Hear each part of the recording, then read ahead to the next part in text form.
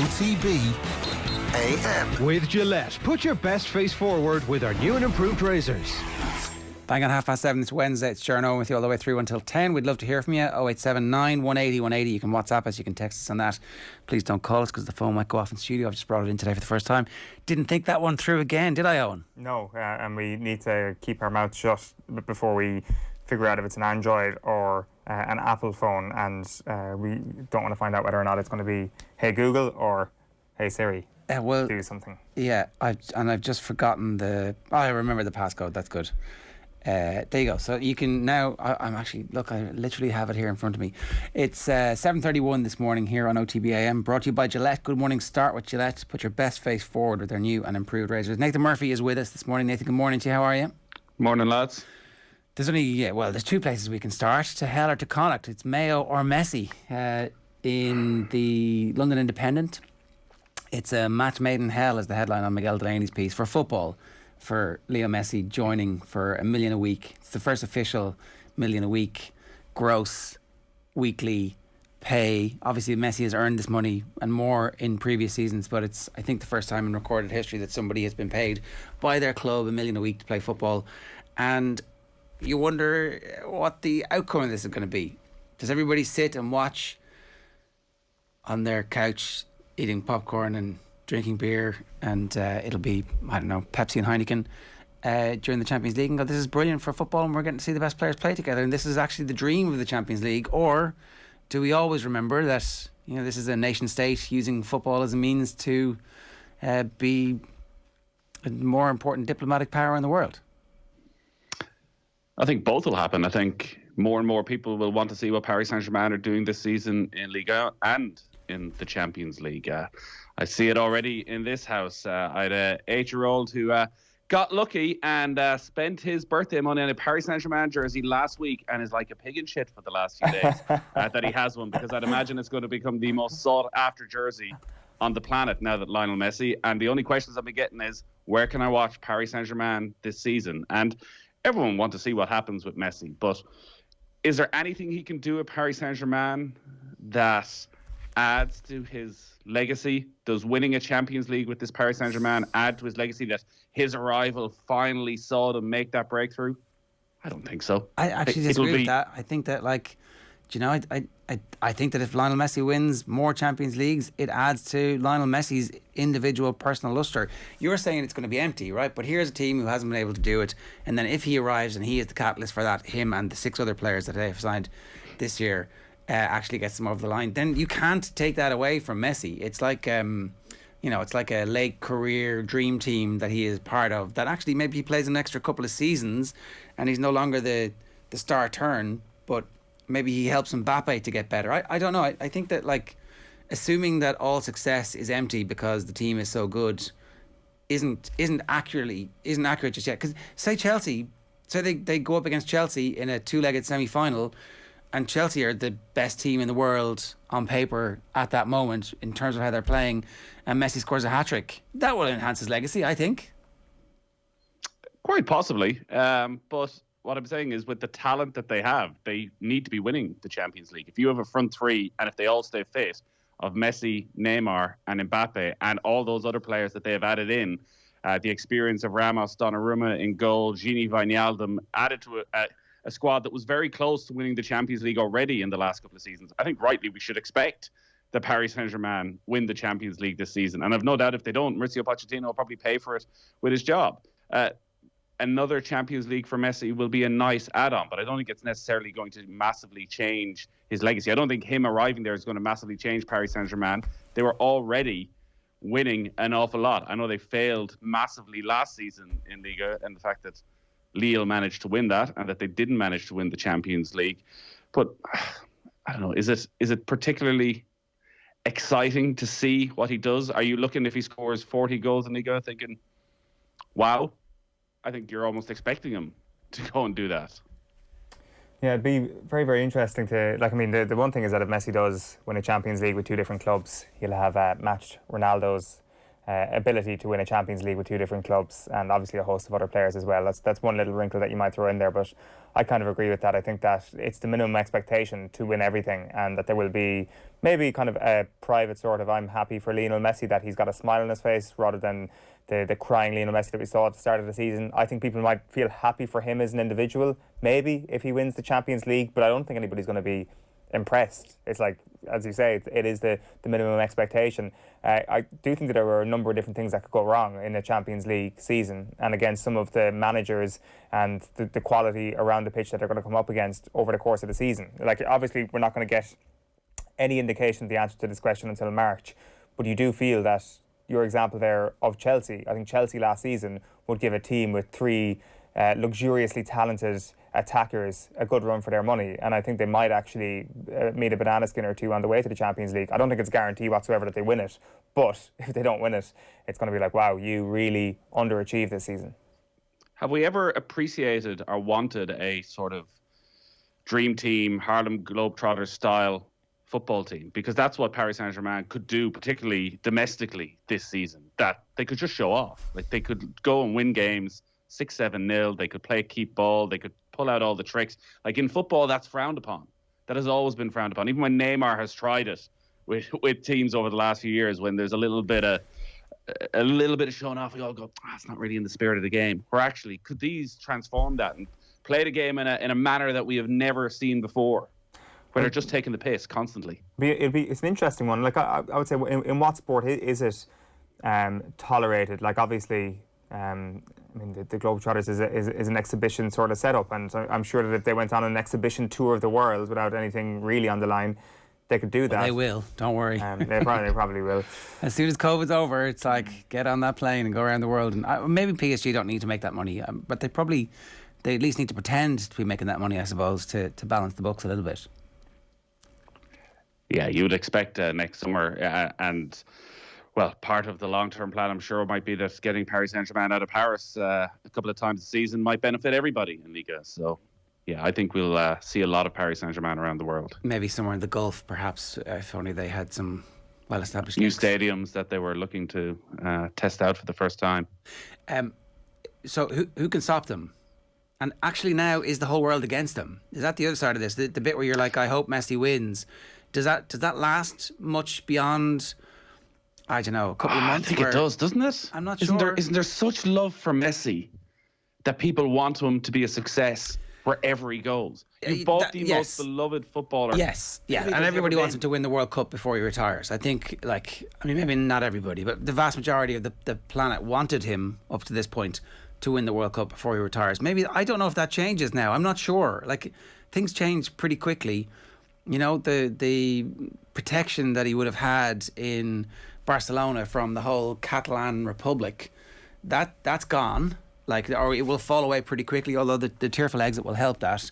Like, how much more information comes out about his tax stuff that makes it look like, you know, actually this isn't the whiter than white business that we thought it was, the global empire that was and that has become the brand Messi. I don't know, I'm just interested to see exactly how that relationship with the public persists, and if he plays brilliantly then no one cares. The other couple of parts about this, so while Neymar has been absolutely thrilled, and Mbappe obviously changed his Twitter profile to a picture of Maradona yesterday, is Mbappe really that happy about this? Is it definitely a win-win-win for the brand Mbappe, particularly after what we've just seen at the Euros, where pre-tournament we were hearing there are issues with him, there are issues with his work rate, there are issues with his attitude, there are issues generally with his form at the moment.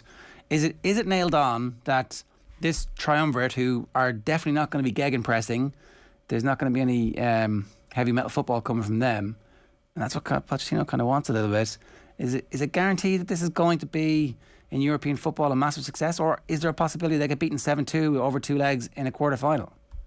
Yeah, poor Gini Wijnaldum is going to have his work cut out from him in that Paris Saint-Germain midfield. I think the fact at Messi's age probably makes it that little bit easier for Mbappe, that you get to play with the greatest player of all time for a couple of years. You get to be part of this once-in-a-generation team, and you can, well, not park your ego, but that there will be enough to go around for everybody. Neymar clearly desperately wanted Messi to come to Paris Saint-Germain. So right now, it doesn't feel like that's going to be an issue. You're right. Like come March, like Manchester City, Liverpool, Chelsea, even United will probably all have been in a tough old title race, will have played many, many big games this season, will have set up defensively at times, will have set up tactically in a way that they had to, whereas Paris Saint-Germain domestically, you expect they're going to play whatever way they want, whenever they want. So is there a sudden collision between the two styles that Paris Saint-Germain just aren't ready for? I just can't see how, while any of those teams could beat them, I don't see how any of them can beat them well. How you can keep Neymar, Messi and Mbappe, if they're all fit, quiet over the course of 2 games, that they don't go, that they in all likelihood don't beat those sides, but don't go very close to beating those sides. It's like obviously the first thing that comes to mind when you look at the 3 of them is that this is the best trio of all time that we've ever seen in football. But on a practical level, is that actually the truth? Is it actually better than Messi, Neymar and Suarez? Like, I mean, is the lack of a number 9, which we've seen across European football as a trend, is that something that's actually going to be a little bit of an issue here? And I'm not talking about the work rate, I'm talking about just actually having a number 9 in there. Yeah, it'll be interesting to see what way they line up. Do you play Mbappe as your number 9 and you just try and see? The problem they're going to have is you're never going to be able to play in the counter-attack now when you're Paris Saint-Germain to use Mbappe's plays, because nobody is going to come out and try and attack Paris Saint-Germain domestically anyways. And you're right, like you think of that team of 2015 that won the Champions League. Messi is far closer his peak right then. Yeah. Luis Suarez is arguably at his peak right then. Neymar is probably much of a muchness right now. It just feels there's a bit more excitement about it now because, Messi in a new jersey, maybe playing with something still to prove himself. Maybe. That he wants to go and do this. But yeah, how they line up, like, Jesus, what an opportunity for Maurizio Pochettino, because he will somehow manage to take credit for this if it all goes well. If it doesn't, God help him. I'm interested to see how they do line up. Do they, is it a 2 up front and 1 behind, or 2 number 10s and Mbappe is the number 9? Are you playing Messi out on the right hand side? Are you playing Messi in a slightly deeper role? Is he just a creator? There's a bit of a sub-teacher vibe to Pochettino this season, isn't there? Like, and I would say that would be the case with pretty much any manager in the world right now, with the exception of Pep, perhaps, with this bunch. Like, as you say, the ridiculous work rate that Pochettino would have expected from his Tottenham players, which led to people leaving the club, to people being shown the cold shoulder quite a bit over the course of his few years there. That just cannot happen with this group of players, because you will be applying one law to Messi and you will be applying a different law to the rest of the team. But maybe that's fine. Maybe that's how you manage Lionel Messi.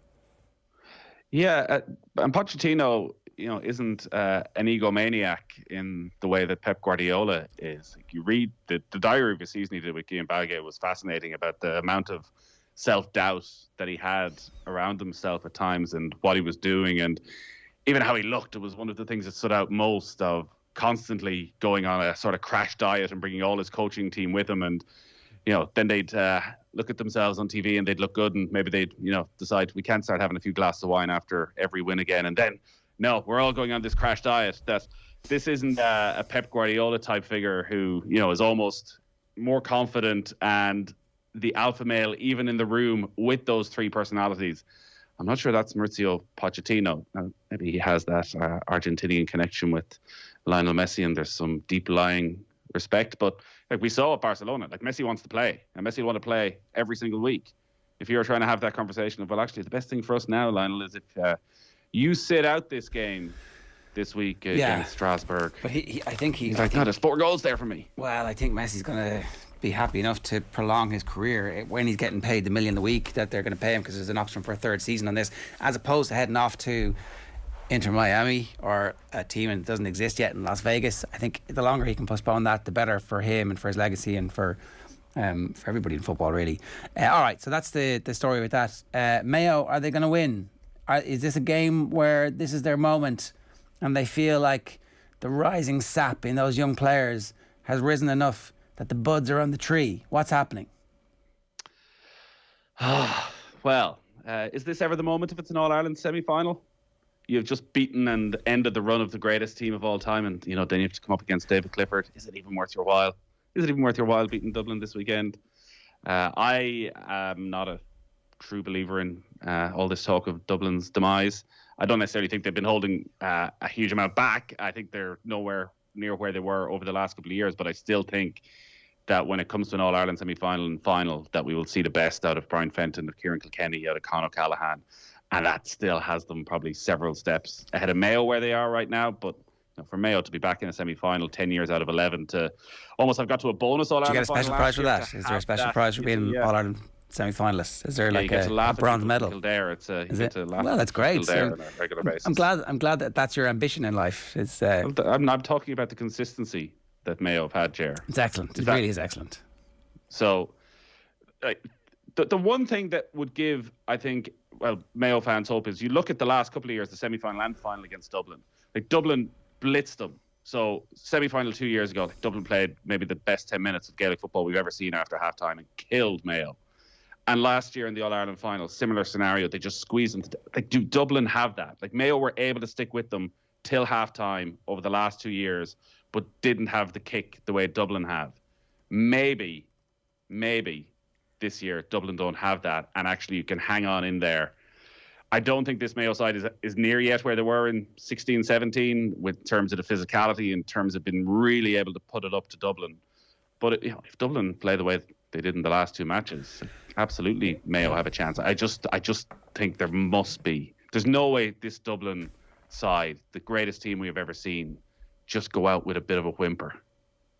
Yeah, you're right.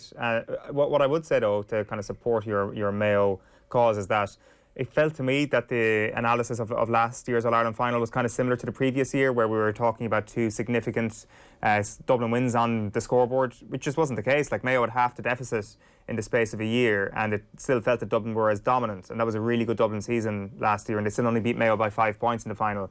I just wonder if actually that they half it a little bit further again, or they cut into that deficit a little bit further again this year, and you are looking down the barrel of maybe a 1 or 2 point game coming down the closing stretch. Because I do think Mayo have made a big step forward this year. The problem is they're missing their best player. Yeah.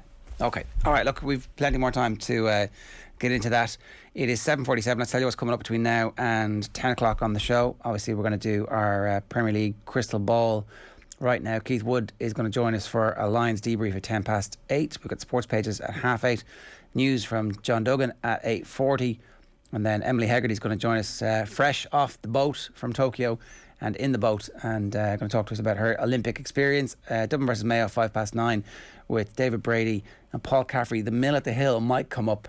We think it was David Brady's brainchild. We're fairly sure it was, and we're going to force him to claim full credit for it today. At 9:30, we'll have more reaction for you as well. It is time now to get into the Premier League crystal ball. This is where we make some brash predictions for the rest of the year that Eoin stores in his little locker to release in doesn't happen heavily edited form. Yes, to make sure that he looks great and everybody else looks like a chump.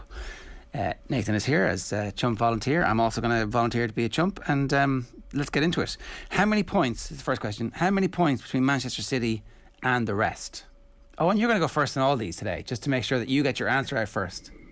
Okay, I was trying to make a case for everybody else in this year's Premier League title race, and I ended up making such a case for Chelsea in my own head, which is definitely going to blow up my face here. And I'm actually going to go -2 points on Manchester City, and I think Chelsea are going to win the Premier League this season. And I think there are slight similarities. Like when I look through this, and I think this is going to come up in a lot over this, there's slight similarities I see in this Chelsea arc with the Liverpool arc of a couple of seasons ago. There are tons of differences, don't get me wrong, but it just kind of felt that before Liverpool got over the line in the Premier League, they kind of had Manchester City's number, and I know that they were in kind of like games that didn't necessarily matter in the grand scheme of things, because over 38 games City would win the Premier League anyway, but it felt that Liverpool were getting closer and closer in those games against Manchester City.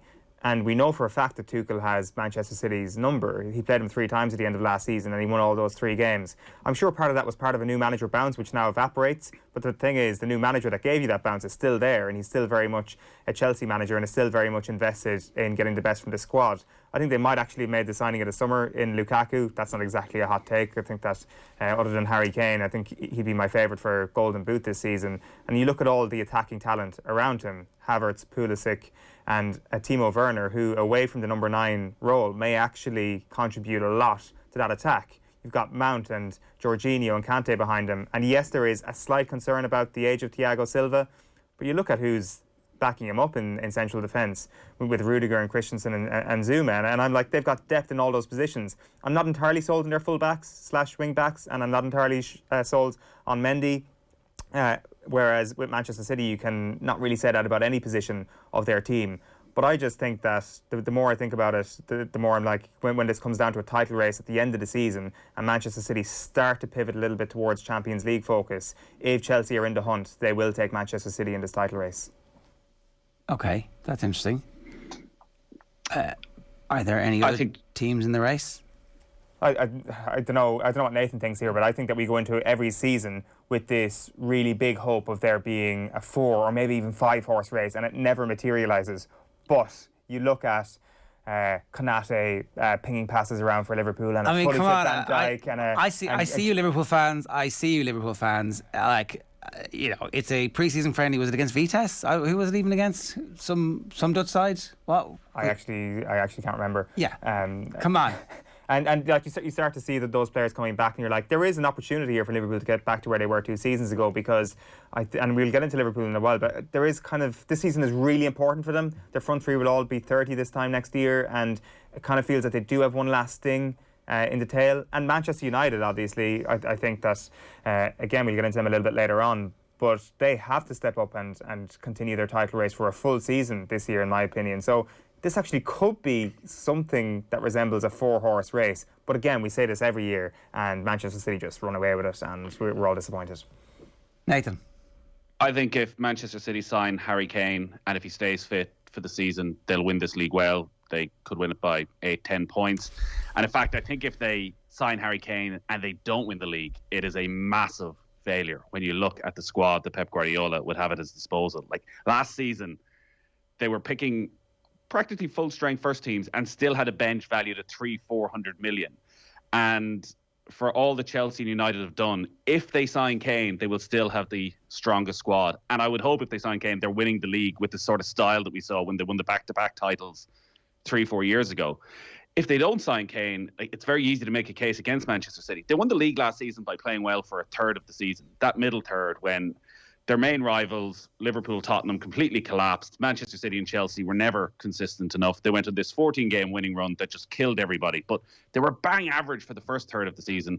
And then they had it won in the final third of the season. As Eoin said, we're sort of concentrating on the Champions League.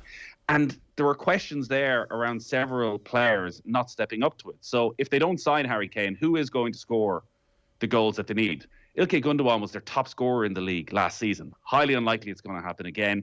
Has Raheem Sterling kissed and made up with Pep Guardiola? Are they good to go at the start of this season? Where are they going to play Grealish? Is he going to play as part of the midfield three? Is he going to play on the left-hand side up front? I think Kane is crucial. I think they need to replace Sergio Aguero. If they don't sign Harry Kane, maybe there's somebody else that they've lined up in the background again that can get them 20 Premier League goals. But yeah, it does come down to that for me. I think Harry Kane is that important, so he's not that key a player. He's not there at the moment, right? And so when Eoin clips this in 9 months' time to humiliate you, how many points between Manchester City and the rest is the question? If he doesn't sign for Kane, as it is today, he doesn't have Harry Kane. I'll say I'll still go with City by a point. Okay, I'm going with City by 3. I think City are going to win. I think that I like everything that Tuchel has done. I still have in my head the Manchester United version of Lukaku. I did not see enough. I have to confess, I did not see enough of Lukaku and his games at Inter to fully understand the stories that I'm hearing about how he has evolved and how his strike rate and his percentage completion rate has gone through the roof, and he's a much more complete player. So that's on me. But if he has become the complete centre forward, if he is legitimately at Lewandowski's level as opposed to everybody talking it into existence, then fair play. But I mean, if he's the same player he was at Manchester United, or if there's any ghosts haunting him from the Premier League, or if Premier League defenders are somehow different from what he experienced in Italy, then how much of an upgrade is it on Timo Werner?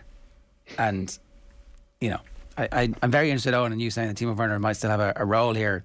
I expect Timo Werner to play in the League Cup and in the dead rubbers as the season progresses in the Champions League or whatever. So let's wait and see. Okay, so who will be the rebound story of the season? An individual, a team, a trend? I think you can probably paint Lukaku as a rebound in the Premier League context, but I think that's probably too much of a reach to put him in rebound territory given the season he had last season as a footballer. For me, I'm going to... this is pipe dream stuff, but I think Pierre-Emerick Aubameyang could have a really good season. And again, every single positive argument you want to make about Arsenal is predicated on the fact that they are not playing European football this season. They're not wasting their time in the Conference League or the Europa League, and players of that age may actually have an ability to rest up and, I don't know, try and earn one last big fat contract out of the football club that they're playing for. And that sort of incentive for Aubameyang to get back to the level that he was immediately after COVID. Let's not forget that he was brilliant after COVID. It's not ancient history, his brilliant form for Arsenal. I think it's possible. I think it's possible that they find that this season. And as a team, they don't stand a hope of finishing in the top four and probably not in the top six. But I do think that they will see an improved season as a result of not having midweek football. And I think Aubameyang will be indicative of that. Like another person that you could possibly look at in a similar position is Anthony Martial, but I actually just think that Cavani's going to play too many games and Greenwood's going to play too many games in central positions this season for Martial. Cavani's not back. That was the interesting. It's like, Cavani's not back because he was playing so much international football. Like, why is he not back? What's going on? He's not going to start the season. And as the season goes on, you'd imagine that he will. He will, of course, yeah. I mean, but Greenwood's their guy now with Sancho at right wing, you would suspect. But I still think there's an outside shot here at Anthony Martial having a big rebound season. Okay, two quick candidates for me. Nuno has the potential. That's essentially a rebound, right? And Trent. I mean, wasn't Trent one of the most maligned footballers in the world for a little period of time last year? His game had gone to pot. Like he had the yips all of a sudden. Everything he did, he gave the ball away 600 million times that one game. And I'd say there were loads of games where Trent whipped in two crosses, goals came off them, and he probably gave the ball away just as many times in that same game. But the end product was better, and Liverpool were doing a little bit better and winning matches, and there was less pressure. And I don't know. So they're my two candidates. Well, Trent was probably Liverpool's best player for the last 6-7 games of the season, so there were signs there at least. I'm going to go for Dele Alli. That maybe Nuno is the man to get him back to where he was. Still only 25. He's had a horrible couple of seasons that were started through injury. And then Jose Mourinho, who clearly, as we saw from the documentary from day one, had no interest in Dele Alli. One of the most exciting X-Factor type players in the Premier League. Never one to dominate a game, but what he could pop up with at crucial moments, there were few who could do it, and it's just been such a shame. Like, to think he wasn't even anywhere near the conversation around an England squad, considering where he was 2-3 years ago, is such a shame. So I would love if Nuno could find a way of setting Tottenham up that had Dele Alli playing week in, week out. So is there a right wing back at Spurs who might be the rebound player of the year, or are we saving this for the Irish player to watch? We can save it for the Irish players to watch, but I don't think that's going to happen.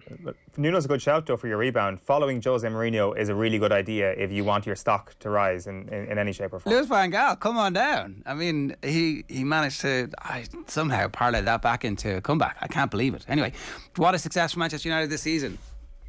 I kind of said this at the top, a meaningful title challenge. I don't think it was a meaningful title challenge last season. It seemed like it for half of the season, but you got to go the whole way. And I think that if they're not in contention in April at the end of the season, that will not be a successful year. We're talking solely in the context of Premier League here. Maybe in the Champions League they can put something together that does make up for any domestic failings. How far do they need to go in the Champions League?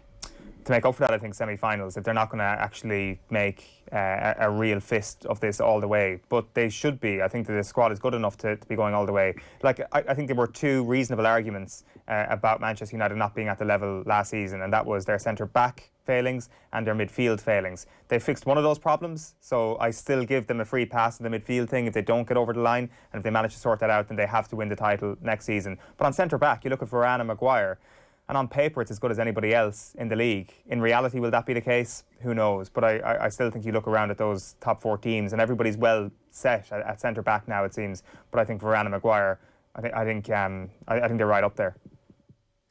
Nathan? Yeah, they need to be in a title race. They need to have games in April and May that really mean something, that they have a chance of winning the title if they go and win this match. There aren't really any more excuses because in every part of the pitch, they've made a massive investment. So if Solskjaer can't get them into contention, they'll be looking for somebody else. And if they start the season slowly, I still am convinced that United fans totally trust Ole Gunnar Solskjaer. And while they've signed brilliantly, and maybe Varane is a transformational signing, and suddenly you look at their midfield differently because Varane enables them to play a different way. But a lot of the same issues are still there. That, you know, when Marcus Rashford comes back, where does Paul Pogba play if Rashford starts playing on the left-hand side? Are they going to play with just one of Fred and McTominay? That still feels like one area where there are question marks over, and they're starting the season with David De Gea in goal in all likelihood, which again is not exactly where they want to be. Maybe Dean Henderson comes back after the international break and all is fine. Maybe. But I think right now I think they're going to be brilliant to watch. I think they're going to be really good to watch and going to score a lot of goals and beat a lot of teams. But I'm just not sure they have the manager to win the title.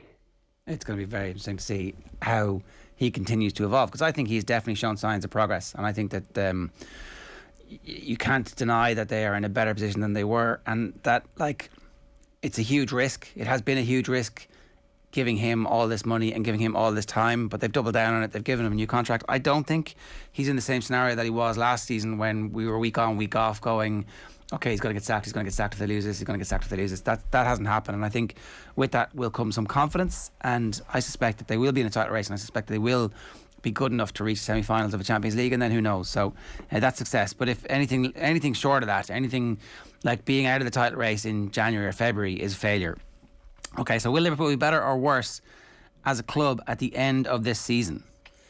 It'd be interesting to get Nathan's take on this one. I think they'll be slightly worse relative to their rivals, even though the signs at the end of last season were hugely encouraging, just because you factor in Chelsea and City's spending power. If United do actually manage to have a sustainable title challenge, then they will have a sniff of glory and they will spend big next summer, and then Liverpool will be heading into a summer where, as I say, all their traditional front three are at the age of 30, and they will need to try and inject something into that team, you suspect. There will be contracts that expire in 2023, so they'll have to get them sewn up, I would assume, over the next few months, actually. And if those don't go as smoothly as they would hope, then I think they might be in a spot of bother, because their recruitment over the last 5-6 years has been absolutely exceptional. Can they keep hitting those jackpots?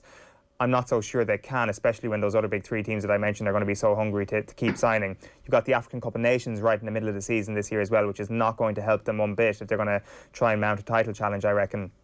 And I do think they will be in a slightly worse place. But again, there were moments last year when, as you say, Nathan, when Trent started to play better, the whole team started to play better, and it was like, okay, they're sort of back. It feels as though more has to go right for Liverpool this season than anybody else. Even, we look in the last couple of days, Andy Robertson picks up an injury and there's almost full panic because they don't have the depth. They're looking at Chimikas, who they never used last season, thinking, can he step up? I think automatically at the end of next season, you're a step closer to Jurgen Klopp leaving the club, which is a bad place for Liverpool. He's been the most important figure by a country mile of the Premier League era, and anything that moves you closer to him leaving the club, he's going to be practically irreplaceable. And you're right on the age profile. Virgil van Dijk is another one who suddenly is another year older.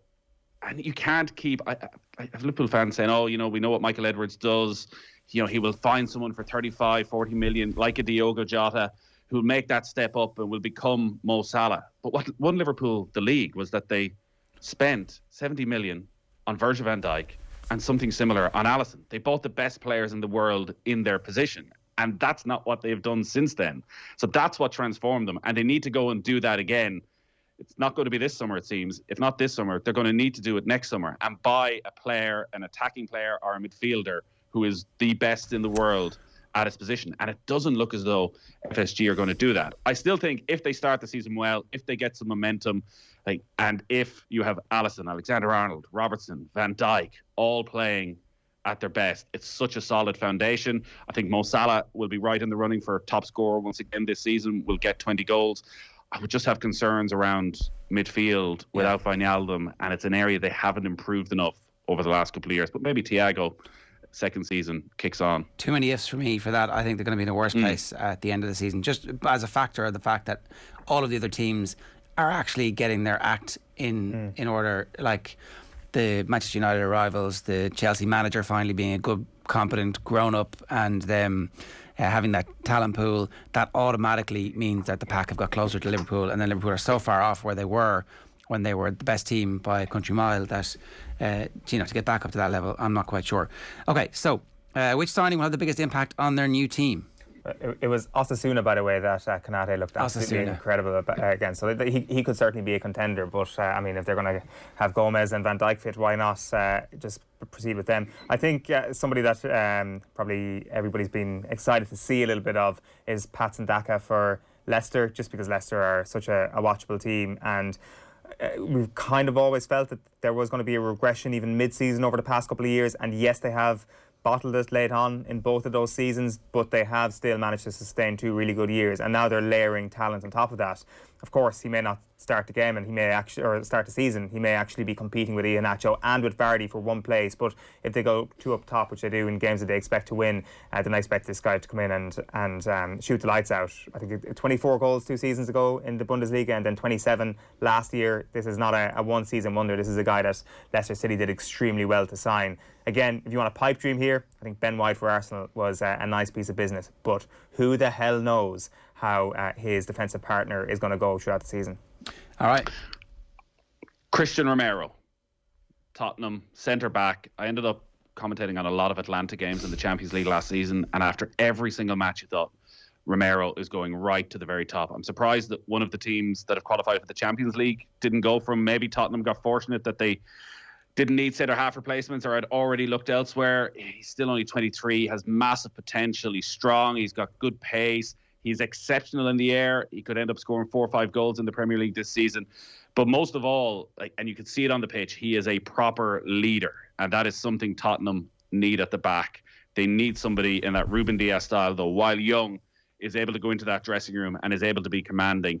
And he was that player in that Atlanta side. Okay. And I think he's probably going to be one of the best signings of the season. We all know the correct answer to this is Emi Buendia. That's it's written in the stars. Or Danny Ings. Danny Ings, yeah. I mean, how much did they pay for Danny Ings? I'd like to know. Where's that. Ollie Watkins going? That would make Where does Ollie Watkins fit into all this? He is going to form a beautiful partnership with Danny Ings. Yeah, and Buendia plays behind them.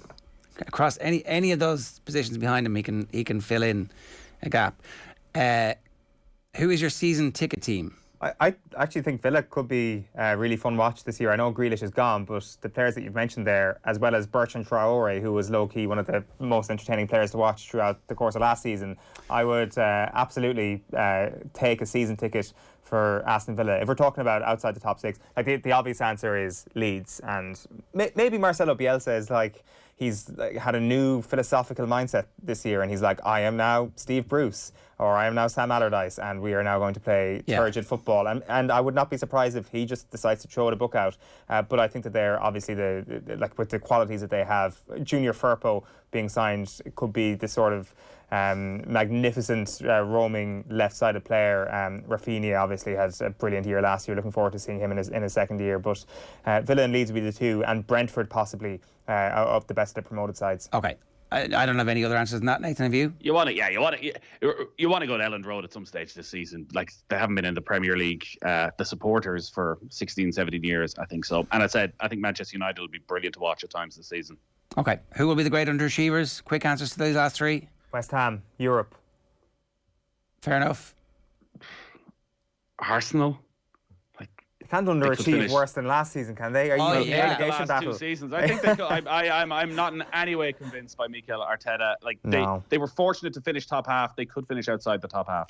If Spurs keep Harry Kane and don't finish in the Champions League places, then is that technically an underachievement? No. This is. I'm not sure. Like, he's supposed to be one of the best players in the world. If they do keep him. Yeah. It's a good question. I'm not sure on Nuno. Like that last season on Wolves, I loved what he did the first couple of seasons. I'm just not sure right now with Nuno. I don't think Spurs would be underachievement.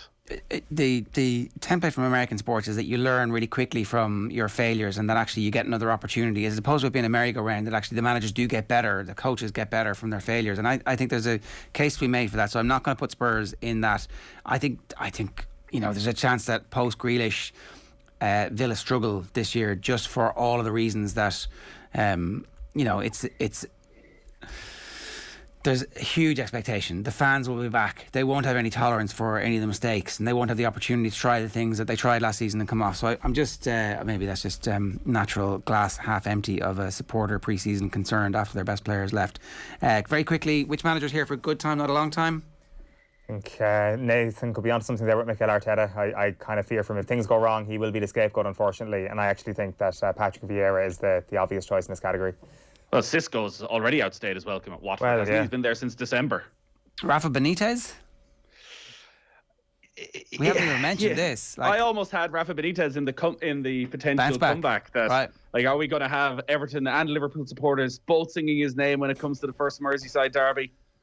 No. Okay, the Irish player to watch?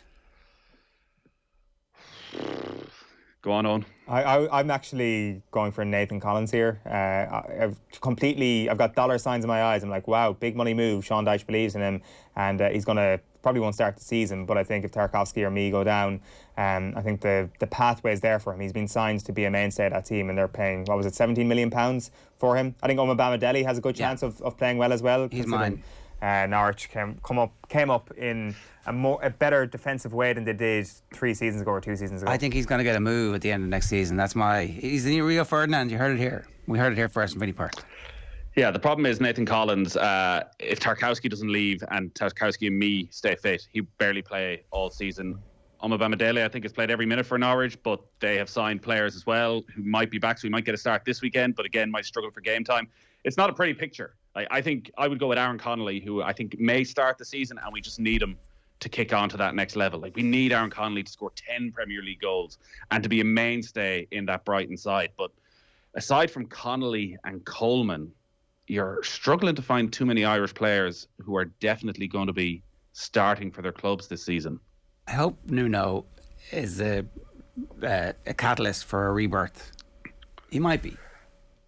The talk out of Tottenham seems to be that it's as likely that Doherty will leave as be their first choice right back. They're not going to play with a wing back. They're going to play 4 at the back, it seems.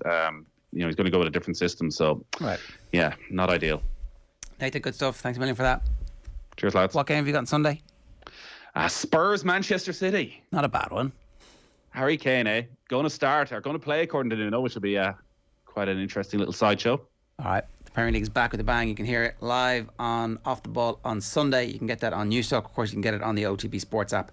OTB Sports Radio is there for you. It's there all day, every day. We play this show live as a radio show. We play the evening show live as a radio show. And we've got all of our best archive material for you there, playing in continuous streams. It's essentially a radio station. OTB AM is brought to you by Gillette. Good morning. Start with Gillette. Put your best face forward with their new and improved razors. We are going to take a quick break. Pack show still to come. David Brady and Paul Caffrey ahead of Dublin-Mayo. We're talking to Irish rower Emily Hegarty, and we're back after these talking the Lions with Keith Wood. OTB AM. This is OTB Sports Radio. Have you subscribed to the OTB Football Podcast?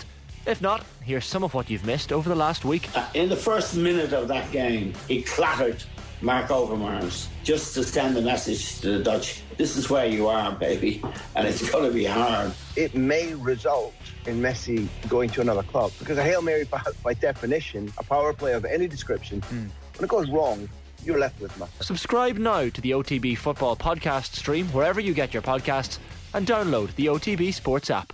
Sean, what's that thing going round the garden? That is our new Husqvarna Automower. Automower? Yeah, it's a robotic lawnmower from Husqvarna. Cuts the grass automatically, has GPS tracking and an app. Even works in the rain. I just thought, why spend time cutting grass when I could spend it with the family?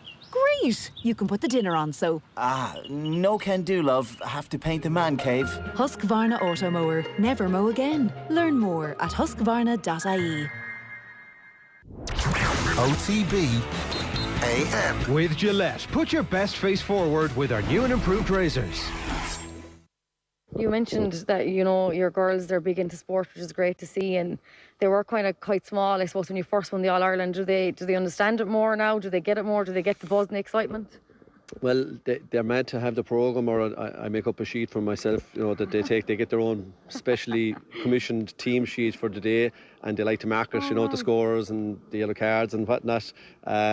So, yeah, they keep their own stats, kind of. And, they're playing camogie football now, so they understand the rules, and actually, listen, they're having the time of their lives, you know. There's a piece of me would often think, you know, I'd like to be in the train with them heading after the match and be able to enjoy the day and enjoy the occasion. And I enjoy listening to their stories, you know, when I do get home, of whatever happened in the train or whatever, whoever they met, or like they went to Kelly Harrington's house the other day, like, you know, like what an experience, like got their photograph taken.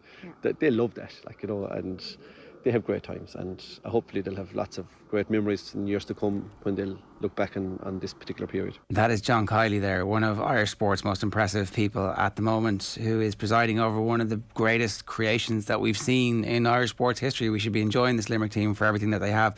Speaking with Valerie Wheeler there at Limerick's All-Ireland Final Press Night, and you can get more of that good stuff on OTB's social channels, and the best place to get all our stuff these days, of course, is the OTB Sports app. It is 15 minutes past 8. Keith Wood is with us this morning. Keith, good morning to you. How are you? Morning, Ger. How are you getting on? What do you think about the overall rude health of the Lions and the game of rugby at the moment? A nice broad existential question to start this conversation with this morning, Keith. Yeah, that's just a tad aggressive, isn't it? To start off an early Wednesday morning. It's funny, I came across a couple of quotes this week, which I'll bring them up as this conversation goes along, but one of them is, the asset is not the name, it's the quality.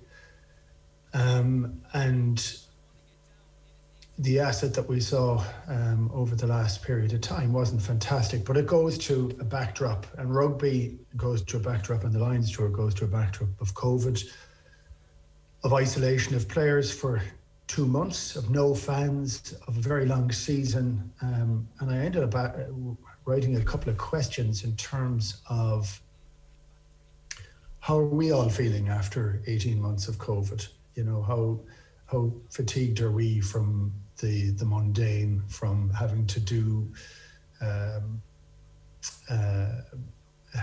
incredibly abridged version of life, you know, and how hard it has been for sports people. And I know they get paid, and I know that they were able to play and work when other people weren't able to go out to work. But it's been tough. I think it's been very tough for them. I don't think there's a huge amount of joy in sport at the moment. So I think that's made it very, very tough. When I look at the Lions tour, look, and I don't know whether it's because of that backdrop or that becomes an excuse of it. But if I talk about the Lions first before we go about rugby, and it's interesting to talk about South Africa too, but if we talk about the Lions is a coming together of the best players on these islands, right? So that's what it is. And in my view, the Lions is heavily player-driven, because peer-driven, because the quality of the guys that you train with on a day-to-day brings your level up. And you can talk about coaches till you're blue in the face, but what you want from a coach is a philosophy, and you want them to give you that sense of unity that requires. And that's my second quote of the day for Patrick Suskind. It's not a blend, but a unity. And it's that sense of oneness together. So I don't think we had that sense of oneness, or we did, but it was in the most conservative way possible for the Lions until Finn Russell stepped onto the field. And, you know, I laud his brilliance, and I get annoyed by his erratic play. But this was a guy that came of age on a field as a Lion, maybe as a rugby player. And I know he's done really good things, but he took total control of the game. And he showed a level of leadership that we hadn't seen in the Lions on this tour. Where he went, everybody else followed. So there is the chink of the glimmer for the future, that actually sometimes you just need somebody to take the ball and run. He took half the balls flat, not all of them. But from the off, he didn't settle into the game. He has a hyper confidence in his own ability, maybe almost an overconfidence, as if to hell it doesn't matter. But from everything I've spoken to, from the players I've spoken to, the coaches I've spoken to, they said, my God, does it matter so much for him? But it is his way, so he has a go. And all the other players reacted to him immediately. And for me, that's what a Lions is supposed to be. It's the best players and the players reacting to them. So I find that that's a big thing for me. And the other thought when I was watching the game was how many children grow up to follow a ball being kicked in the air, and not many, I'd say. I don't know that that's one of the things that they want to do, and we're just seeing too much of that. And I would find that more annoying than South Africa's rugby, the fact that the other teams are reacting to it by slowing everything down, by having a sort of trailed ruck, kicking the ball in the air, chasing and hoping for a 50-50 return. And for me, that isn't good enough. So I think we fell into a trap of playing a style where we wouldn't get beaten, as opposed to falling into a trap where we'd win by everything going right for us if we got the right bounce of the ball. I think that's too awkward. Yeah, it's funny how, and look, we can't tell how we'll think about this in 10, 15 years' time, this tour, but at the moment it feels like the 2001 tour, it feels now retrospectively, was a successful tour in that the Lions played a brand of rugby that was breathtaking and exciting against the then best team in the world, and they produced 3 marvellous matches that stand the test of time as rugby spectacles.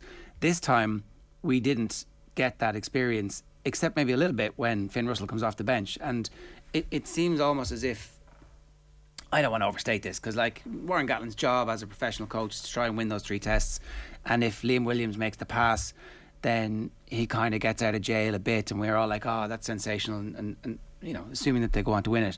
But it feels a little bit like they didn't quite get or grasp the possibilities and the opportunity, and in a way, I'm not saying it's a betrayal of the Lions ethos, but it's a little bit of a betrayal of the Lions ethos. Well, I think, and I'm going to say this, I kind of agree with you and don't agree with you, and I don't like sitting on the fence, right? So let's not do it in that fashion. I think the backdrop to spending all that time with a mask on your face for 2 months means that things are made far harder. And this was the call, that's what it looks like, that this was the call that it had to be. But actually, when the opportunity arose, and it arose a few times in the series to spark something into life, it didn't spark into life. I mean, the quality of the passing in the back line was poor for a huge amount of it. And so that's, whether that is for you're not supposed to pass, or it's a philosophy that actually you're going to only take it in and kick it and play in the right area of the field. And we'd always say play in the right area of the field. And it's why it isn't just the kick into the air, because everybody gives the stat, well, New Zealand kick more than everybody. It's the quality and the type of kick. It's how you turn opposition. It's how you find space. It's not speculative up in the air. And you can have great kickers and great chasers, but that still is speculative, because it's a requirement of the kick to be absolutely perfect for the players to be able to get it. But also it has a high level of risk because of collisions in the air and elements of that. So it's a thing that should be used a couple of times a game. Yes.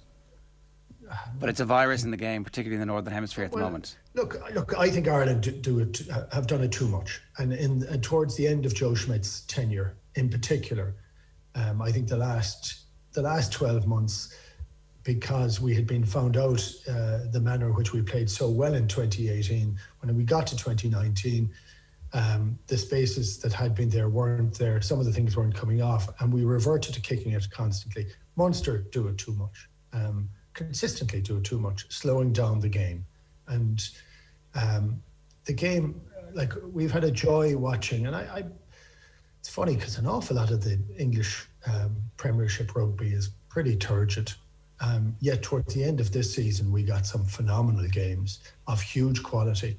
I think some of that is to do actually with a lack of relegation, and I've always been in favour of there being no relegation in the Premiership. Yeah. From all the time that I played there, but there was a freedom to play.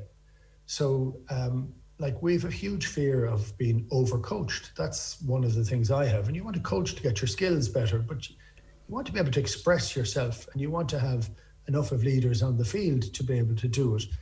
When we were looking at this line squad, there were very few people that we were saying were standout leaders. It caused huge confusion for us with who would take over from Alan Wynne. So much so that he came back. And, I've read criticism of him in the paper that he didn't quite reach his standards. I think what he achieved in the 3 tests was pretty phenomenal, actually. Having had a host of shoulder injuries myself, for him to have the type of influence on the game that he did, which was largely heavy hitting, hard work that had to be done anyway, he did it. And he was a guy who did it, so I would have a lot of credit for him. On the point of being overcoached, Keith, do you think that is a reaction to perhaps overcoaching going on within each of the 4 unions that represent the Lions? I think there's overcoaching in that the coaches are looking at, like, it's an obsessive job description. Like, you're thinking, working day and night to how you can do things better. Like, what's to stop you tinkering all the time? And what's to stop you looking at every single piece of data and statistic and say, well, this will mean that we get a win. If I go back to South Africa for a moment and the criticism of South Africa's play, I don't subscribe to that criticism at all. That is actually how South Africa have played for as long as I know. They were always goal kickers. They always relied on goal kickers all the way back to Nas Botha. And before that, our older listeners will go before that. They always had a hard crashing centre like Danny Herber back in the day. They always had a big set of forwards. They always played really tough. That's actually how they play. I just don't know that every other team has to fall into it. And for me, one of the great joys of the last 10 years was watching diminutive Japanese team take the forward-obsessed, empowered team of South Africa apart in the World Cup a couple of World Cups ago. Like, that goes down as one of the great performances, but it requires the highest level of skill. And I think we're falling too often into the idea that we need to emulate South Africa. And I've always said that the team that's closest to us is Australia, because we don't have the absolute ingrained skill that the Kiwis have. And no, I wish we did, and I wish we got ourselves to the idea that coaching from kids was entirely to do with the ball and handling and understanding where it is, and then that 2-to-1 never not happens, if that makes sense. But Australia always are a decent pragmatic blend of the two, where it's a very thinking rugby, and I know they're not in a great space at the moment, but it's very thinking rugby, and it's a really good use of the players that they have at their disposal. I do want to ask about Gatland, because some of the English newspapers had already shooed him in as the next coach for the tour to Australia in 4 years' time. What do you make of that? Well, I don't think he should be shooed in. It's like no player should be. You know, every time the Lions talk, they say there's no link from one Lions to the next, that it is a reflection of what's happening at that moment in time. So I don't think it should be. I think he has done some pretty amazing stuff, and I'm critical of him, and I have been critical of him in the past, and that's fine. That doesn't take away from some of the things he's done. Stuart Barnes wrote an article during the week on the Times where he has pretty much a fairly hefty cut at him, and I can see that side of it too, actually. And but for me, I want there to be a sense of freedom for the Lions to play. This is the best of the best. This is aspirational. That's what I'm looking at when I look at the Lions. And I've read a huge amount of negative commentary, whether this is a anachronistic, imperial team, but this is a tradition of over 100 years, 130 odd years, of the coming together of 4 teams, that it's incredibly awkward. People say, well, when Northern Hemisphere teams can go down and beat a Southern Hemisphere team, why do we need 4 teams to do it? It's because of the rarity value. It's because of the difficulty of it. It is because of the coming together of the 4 teams. It's how you get somebody to plant a philosophy on top of those so that this becomes a tour for the ages. Because that's aspirational, but it's aspirational for players. So Gatland's the wrong person to do that, though, isn't he? And at this point now. Well, I think Gatland is an incredibly good, pragmatic international coach. You know, he has led Wales to a good few Grand Slams and championships. He's done very well. He's got Wales to a semi-final of a World Cup, and Ireland haven't got there. So there are lots of things that he has done well. He's had a Lions series win in Australia. He had a draw in New Zealand, which was, and some incredible performances that were in the midst of that. But on this tour, we just didn't get to. There just didn't seem to be the spark. So I used to describe, and I know we've definitely gone over this, but and I used to describe Ian McGeechan as the best coach of great players I've ever seen. And the reason for that line was he said, look, you're here for a reason. You're here because you're the best players on the four teams. And so we expect you to play at a higher standard than you've played up to this point because you're playing with better players. This is the philosophy in which we play. It's not over coaching. I know coaching has changed since I've played, and I know the game has changed, but it is still about attacking space and having the skills to do the right things and to see it. I don't know that it's about having a fully programmed gameplay where you kick the ball off the field or up in the air for a huge amount. So, like, McGeechan's view on that was, it's up to you what you want to do. Any of the interplay that was on, you mentioned the 2001 Lions tour, none of that's coached. The idea is the philosophy to say, well, you have the freedom to go and play.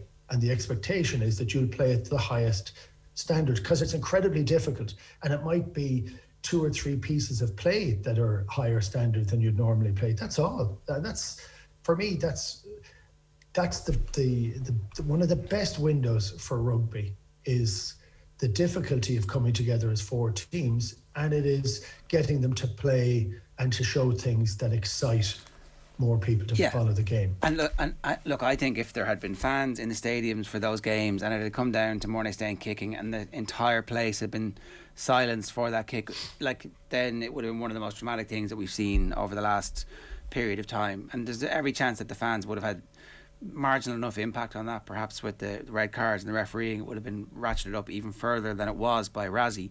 And so I totally buy your point that actually what we need to do is take a step back and view this through the prism of COVID. And I think that was a brilliant start to it. One last thing that we need to just get through is the back page of the London Times today has a story, and it seems well sourced. There's 2 reporters' names on it, that Rassie Erasmus faces a severe punishment for his video outburst. This will involve a time of being banned from the stadium. So it says that there will be a hearing in 2 weeks' time. So he'll be allowed to continue to work for the games against Argentina over the next 2 weekends, but he could face a number of sanctions, including a stadium ban. The case is unprecedented, and World Rugby is understood to want to make a statement to protect the game's values. Should Razzie be banned? Look, I thought the rant was dreadful, and I really did thought it was dreadful, but I'm going to just flip back a little bit. I want Lions tours to be about the players. I want them to be about the guys that step onto the field, and this tour was a lot to do with coaches and directors of rugby and managers and their conversations off it. It was a huge amount to do with the referees and World Rugby and not having a proper plan for having an extra TMO down there. That caused a lot of the controversy that was there. It was one play followed by another play off it, and it actually does a disservice to rugby. I think he will be sanctioned, and I think he should be sanctioned for it because, look, I ended up watching the 3 matches, and sometimes it's very hard to have the confidence to stop and say, this is something we've done for a long while and it doesn't work well enough. In fact, it's making it worse. I got to the opinion that the TMO had to go because we are undermining and destabilizing the referee to make the call. And people talk about the referee has too much authority, but it's the conversations that seem to happen going in and around it. So if you were checking 10 times to see whether a ball may or may not have gone forward, that's not a spectacle. That is so frustrating for every fan. And if you have a query at every single ruck, at every ruck, and there is a query at every ruck, and all rugby players accept the fact that, yeah, he was off his feet or he wasn't, and then it comes down to the spirit of the law and the referee's interpretation to say, well, he went off his feet first. But we've gone into this idea where everything is on is up for review, everything.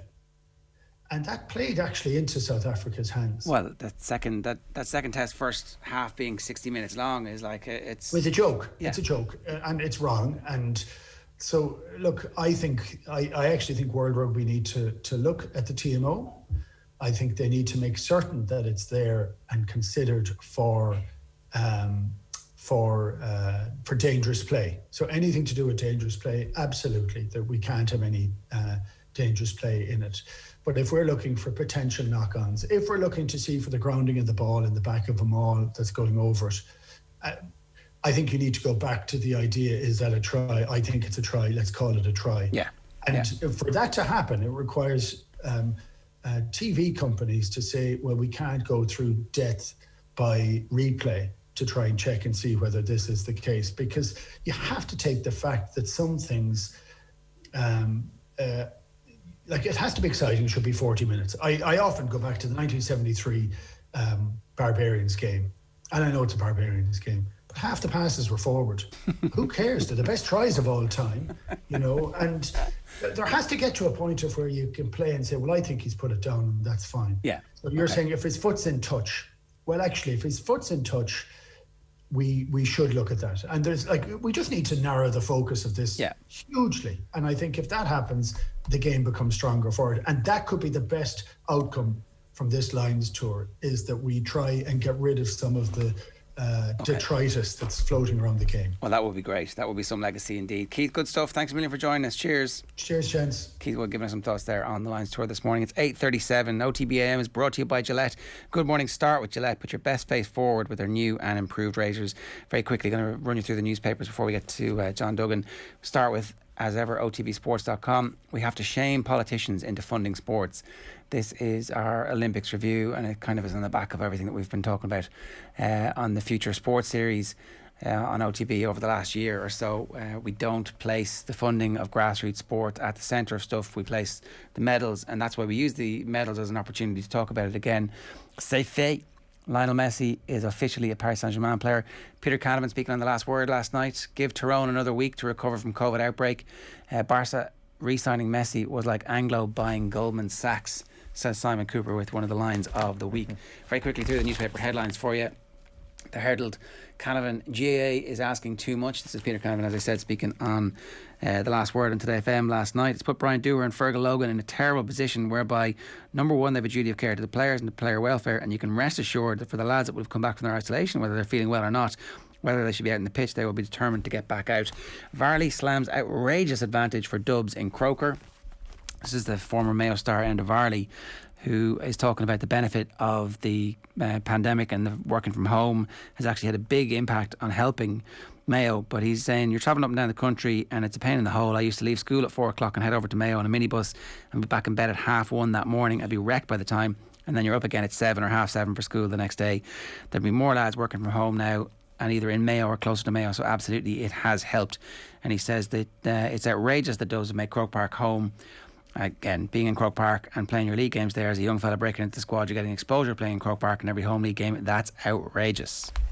That's a factor for Mayo and for whoever Dublin come up against in the final. For sure, I know Tyrone got their Ulster final experience there, but it's a massive favour. Not so much in favour of Dublin. Well, I guess it kind of is. Like it obviously is, but I mean, a lot of the bad moments that Mayo would have had in recent years would have been in Croke Park. And the reason why I'm a little bit confused of where to point a finger here is because those bad moments have come at the hands of Dublin. And I think that Kerry's Croke Park record recently as well isn't as hopeful or as encouraging as some people might think. Bonjour Paris. Messi seals 2-year PSG deal. Limerick's dilemma, no definitive decision taken on Casey. Red card appeal. They have to appeal it, right? They have to appeal it. I think he's got grounds for an appeal. I think that if you're an inter-county manager building up to an All-Ireland final and your player has been red carded, even if they did the worst thing imaginable, I think you appeal it. I think that's just the way the GAA works. And and maybe they'll come up with some inconclusive footage or say that the footage is inconclusive. Stephen Gerrard pictured there. Gerrard's Rangers are beaten by 10-man Malmo. That's the back of the Guardian. Simba of Pride. It is Kelly Harrington holding Simba. This is obviously because she's been talking about Hakuna Matata and travelling down Portland Row yesterday. Thousands turn out to greet Kelly, and that's her and her partner Mandy on the front of the Sun. And Eiffel Power, Messi all smiles at his 90 million Paris Saint-Germain deal, and Rudiger reckons Lukaku will be a beast in blue.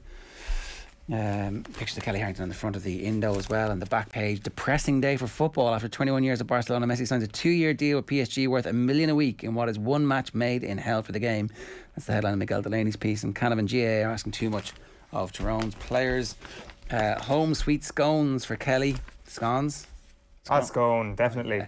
Simply the beast. Lukaku tipped for Blues greatness. Messi jets in to seal Paris Saint-Germain move. Dewar admits tying the balance at the start. The Mirror, goal to be home. And streets ahead. That's Stones warns rest of Prem. Jack and Phil play like kids in the road. They will scare everyone. They're the only ones leading with the City. It is Our Hero is Home. The Nation and Mandy give Kelly a loving hug.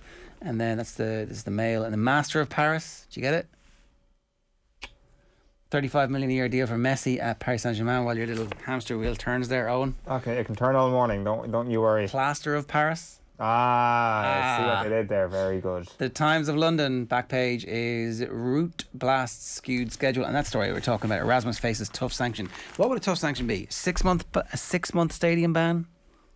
Yeah, something like that. Where anything less than that, and what's the point? Doesn't matter. Then everybody's going to keep doing it because it's the right thing to do because you're winning in your professional sport.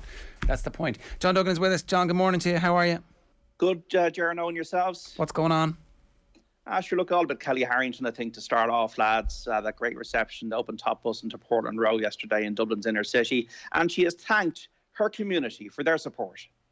My community is fantastic, and I've been saying it all. Like, I've been saying it since any time I've got a chance to get into the papers or onto the telly or anything like that, you know. And people are only saying now, "Oh, your community is great," but I've already said that over and over again. Like, so I'm glad now they're realising I'm not lying. Do you know what I mean? I'm telling the truth. My community is great, and we do all back each other all the time. You know, like highs, lows, whatever. We're always there for each other. You know, the good, the bad, the ugly. We're there.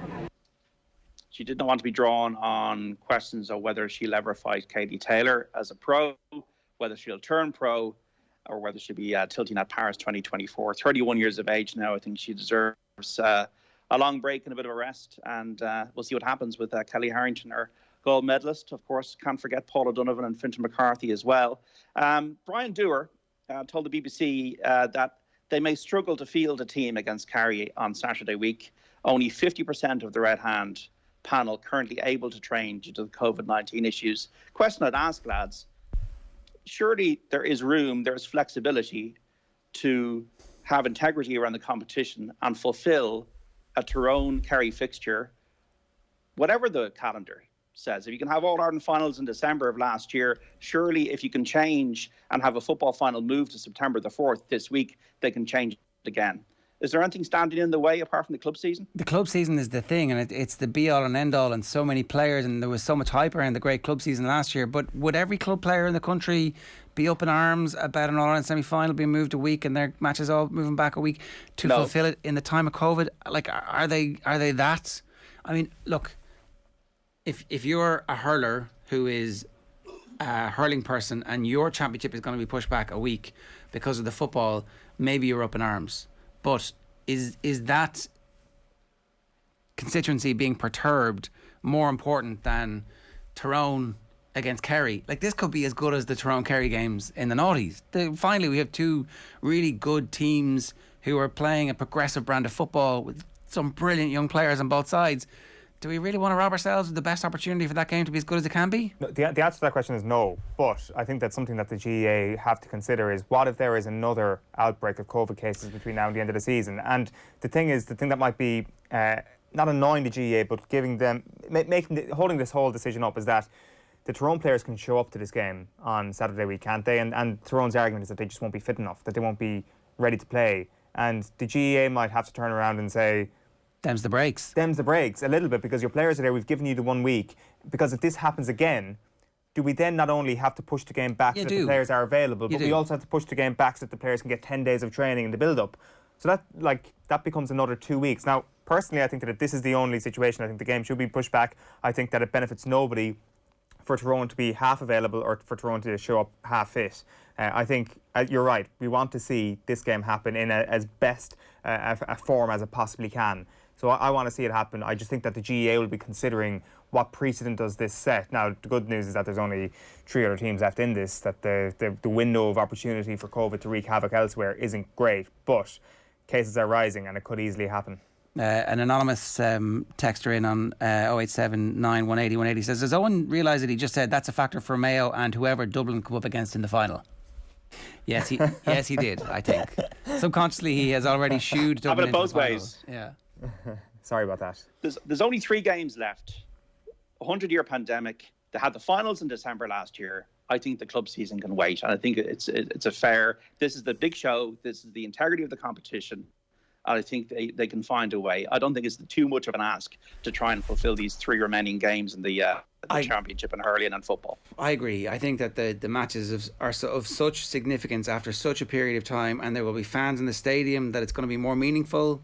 It's going to be more meaningful as a spectator for all of us who don't have tickets, because that crowd are going to be virulent. They're like, I don't mean that, bad choice of words, but you know what I mean. Like there's going to be an atmosphere around these games for the first time in 2 seasons that we can actually stand over and go, this is what it means. I agree. Yeah, 100%. I think we need this to happen, and if it's just going to be 1 more week to wait, then so be it.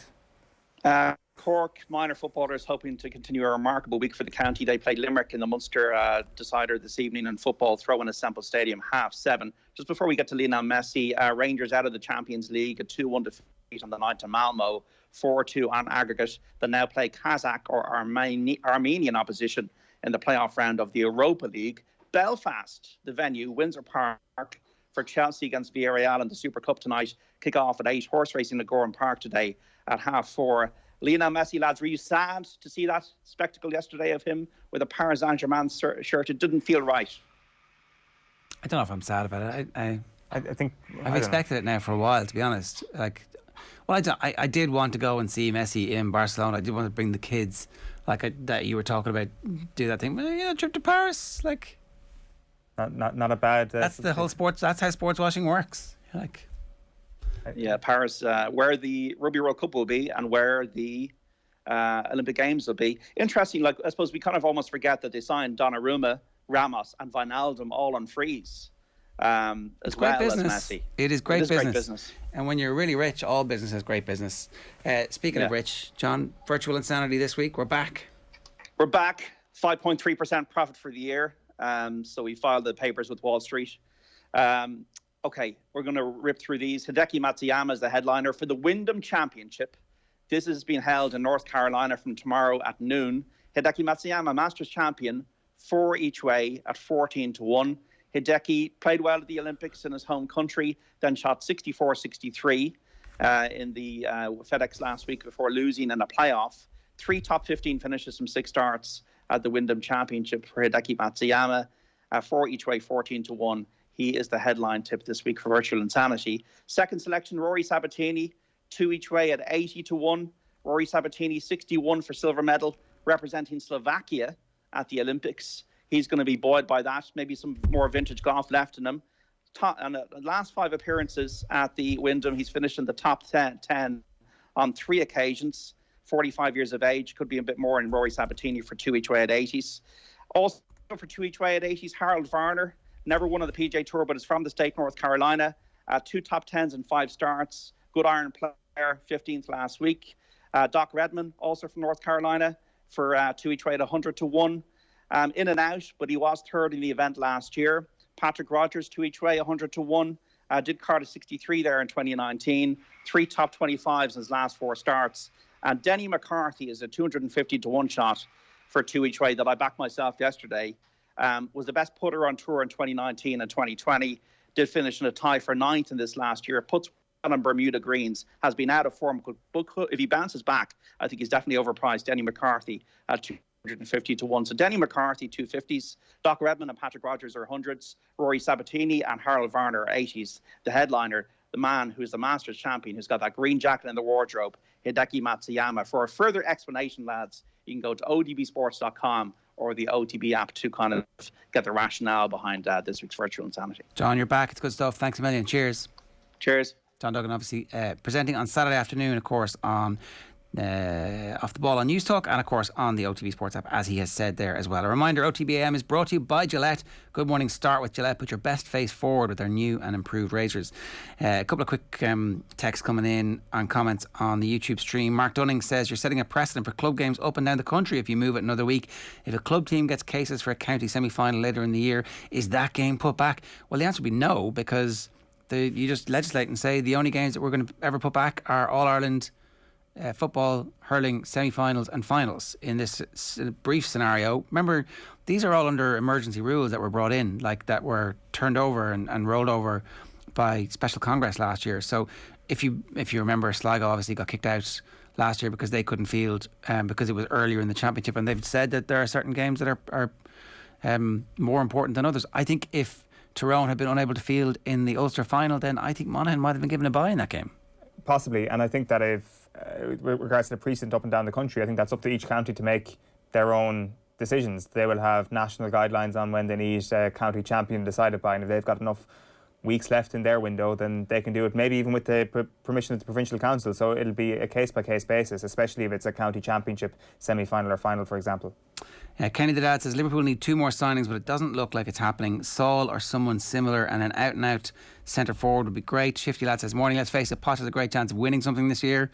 You'd have to expect that, there'll be some silverware on the Pochettino sideware this year. Dara C says it's Klopp's last season. Facts. Can tell by the lack of signings, the mass exodus awaiting Liverpool, manager and player-wise, is frightening. Philip Nolan says Manchester United still need a central defensive midfielder. De Gea is far better than Henderson, and the bigger problem is Ole trying to play McTominay as a defensive midfielder. He isn't and never will be. And Shane says, I think Grealish will be the biggest underachiever. And then Will, finally to wrap that one up, says, ha ha, Nathan has such a thin skin when it comes to Mayo. I don't know, is that Will O'Callaghan? I'm not sure. It might not be. It might be, but I would have to say it's true. It's true. Nathan is pretty thin-skinned when it comes to Mayo. It's very harsh, you know. I think that they've been through a lot as a county, and it's less thin-skinned, more PTSD. Fair enough. It's 8:52 this morning, and let's go back to the Olympics. And I'm delighted to say Emily Hegarty is with us, bronze medalist and an Irish rower. Emily, good morning to you. How are you? I am not too bad. How are you? Your feet are back on the ground. Are you back in Skibbereen? Just about, yeah. I've been back in Skibbereen the past week now since we were back. And how has that been? It's surreal, to be honest. You wouldn't really expect it, like coming home, the amount of people who had set their alarms to the middle of the night and stuff. Like, I don't know why. I think we were just so removed, like time zone wise and everything. You just wouldn't realise the amount of people who were supporting back home, and like, it's just unreal. I think anytime you come back from a journey which is, you know, as far away as you were, there's always just a little bit of reacclimatizing, irrespective of the fact that some massive life event has happened.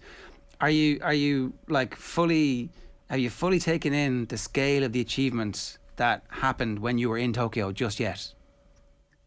I think it'll take some time, to be honest. But no, it's exciting, and like it's a good prospect for like younger crews coming up. Like, we have some really good, really strong junior and under-23 teams. So I definitely think it gives them good reason to keep going and go for the big one. What were the celebrations like when you got home? Oh, like they were really good. Like, obviously the small scale because of COVID, like anything big was kind of put off. But no, it was really, really nice to see my family and my friends again, because I hadn't seen them I hadn't seen any of my friends, I'd say, since before Christmas, just because COVID was such a risk at one stage that I was just like, look, if I get it now, I'm out of the game. So I just kind of did avoid seeing like a lot of my friends for a long time. So it was really, really nice to see them again. And like my family as well. Sure, it'd nearly been 2 months by the time I'd seen them again. So no, it's really, really cool. Actually, I suppose that's one aspect of it that we hadn't really fully considered, that, you know, we did hear some horror stories of people who were getting the ping as the Olympics started and they'd been identified as a close contact or whatever. So you guys properly had to bubble up for the last period of time. Yeah, definitely. And I think it was kind of easy as well, because we did go to Italy on training camp for 4 weeks beforehand. So we were just with each other. Like there was no contact with the outside world really. So I guess in that respect it was easy enough for us. But yeah, just kind of the first week or two as well when we were over in Japan, just staying together and, you know, trying to minimize contact with other teams and everything as much as possible. Have you watched the gold or the medal race back yet, Emily? Is that something you've got around to? We watched it once, all right, that day. And you wouldn't be too keen to watch it again. Like the first half was a bit slow to get going, but no, we watched it once, all right. So you don't look back on it as an amazing race performance-wise? Is that what you're saying in terms of not being too keen to watch it? I wouldn't say it's not amazing. Right. I think our second half was very good, but like I think our start was probably a bit slower than usual, but I think we had this mindset with training. We want to be, you know, one of the best even on a day that's not our best performance. So I think that was a good indicator of that. Like we may not have had a brilliant race, and like I think it was hard in the conditions. Like I think a lot of crews struggled, especially the day of our finals. A lot of crews struggled with conditions. So I think we were happy to, you know, get through it without any kind of big mishaps, and just we were happy. Like we were still able to perform even on maybe not our best day. Can you explain to us what those conditions do to your boat and to how hard you have to work? Because we were told from thousands of miles away that the aftermath of the storm was really making things tricky. I think it was just a bit hard because it was usually just a straight crosswind from the left. So like it wasn't necessarily speeding us up or slowing us down, but it was harder for, like, for example, steering, like staying in between the buoy lines and staying in your lane. Like we did, you know, like we would have a bit of trouble, especially off the start, because it was a bit more exposed. So I think, and to be fair, all crews struggled with it the same. Like it wasn't as if it was unfair or anything. It was just, you know, a bit tricky, and it was something to just be mindful of when we were racing, that just be prepared just in case we were to maybe, you know, go on the buoy line or anything. The start of the race is really interesting, and I think a lot of people who had watched your progress through the games had started to realise that you were a real medal hope in that final. Was that belief something that you needed in order to finish strong in that final? I think it's something we had in us as a crew anyway. Like I feel like, you know, for example, Europeans, it was a similar race profile. Like we came from behind to get a silver in Europeans this year. So I think, you know, we were always confident that we had the second half, and just to not panic or doubt ourselves, just to, you know, make sure we keep going until the end. Just basically don't let it get to us, and just keep to our plan and keep motoring through. And, you know, it worked, thank God. And when you were having those conversations in Italy in your pre-games camp, are you talking about medals at that point, or is that totally not in your mind? I think our focus the whole time was to have our best performance and go out and, you know, not have any regrets about it. So I do think that was always our focus. And I think in the back of our minds, we did know that, you know, if things did go our way, you know, there was always a potential. But you could say that about every boat in our race. You know, every single crew is a class act and have had good results before. So I definitely think, you know, we knew in the back of our minds, if everything went right for us and if everything went our way, there was definitely a possibility. But yeah, no, it was kind of surreal then to actually get it in the end. You mentioned obviously the COVID compliant scenes at home when you do get down to Skibbereen. How much has the bounce in Skibbereen given to you personally over the last 5 years in particular? How much did the scenes in Rio inspire you? Yeah, definitely. Like I think particularly with Rio and with the boys' result and getting a medal, and, you know, it was kind of a shock at one stage, but I think it definitely brought home that it's achievable for anyone. And I think, yeah, just kind of feeding off that kind of like the inspiration everyone got from that. I think, you know, the team, you know, the size of the team grew massively. I think people definitely did realize that, you know, it's not out of our reach. Like, you know, any of us, none of us are, you know, special in any way athletically, but it definitely brought home that, you know, it's possible, you know, just with hard work, and just don't rule yourself out before you try. Because there was pictures of Fintan McCarthy at the homecoming in 2016 doing the rounds in the aftermath, and I guess he was one of the new names you became familiar with over the course of the last few weeks. So were you part of that homecoming? Were you there basking in the glory of having a medal in Skibbereen 5 years ago? Yeah, I actually was. I had just come back from Junior Worlds with Aoife Casey, who also raced in Rio in the lightweight double. So yeah, no, we were there with Fintan and everyone. So yeah, no, it was class. Aoife is obviously Dominic's daughter, right? Yes. How much of an influence did Dominic have on your progression? I think, you know, early on, massively in the club, like he really teaches like hard work is all it is, really, to be honest. Like it's very much a sport. You get out what you put in. So I definitely think it was a good kind of work ethic you get from the start with him. And, you know, he won't take any excuse or anything. So he was very good that way. He was always just straight to the point, work hard. If you really work hard, you will achieve it. And I think, you know, it definitely was a massive like work ethic we were taught in Skibbereen. So it's definitely really helped me through progressing through the team now. It's pretty amazing, isn't it, having an internationally renowned coach like that being available locally all throughout your progression up through the ranks. Yeah, definitely. Like it's, you know, it's rare really, and like in Ireland you wouldn't see that in every club. So it's definitely we're really lucky to have it. Emily, when did you guys expect to be making it to the Olympics? Like when was it realistic in your mind that you were actually going to be able to go? I think coming into the 2019 season, so that World Championships was where 90% of the boats qualified. So coming into that, we were kind of looking at hoping to qualify a pair and a four. And the pair did qualify. They finished, I think, it was 8th and they needed a top 11. Whereas we in the 4, because I was in the 4 in 2019 as well, we needed a top 8 and we finished 10th. But I think then all the way through, like coming into 2020 and, you know, even through lockdown and everything, there was always the intention of qualifying the 4. So that was, I think in our mind, we always had to train as if we were going regardless and just keep going. And then it was it was May before we qualified at the final qualification regatta. There was 2 spots up for grabs. So we got one of those. You kind of had been aiming for it all the way from 2019, but actually left it until the very last second to qualify. Yeah. There's only 2 opportunities to qualify. It's only at the World Champs the previous year, and then there's the final qualification regatta in Lucerne, which is usually kind of known as the regatta of death. Like very few people come out of that regatta happy. So you know, that was where we were lucky that we were on the right side of it in last May. So you won in May?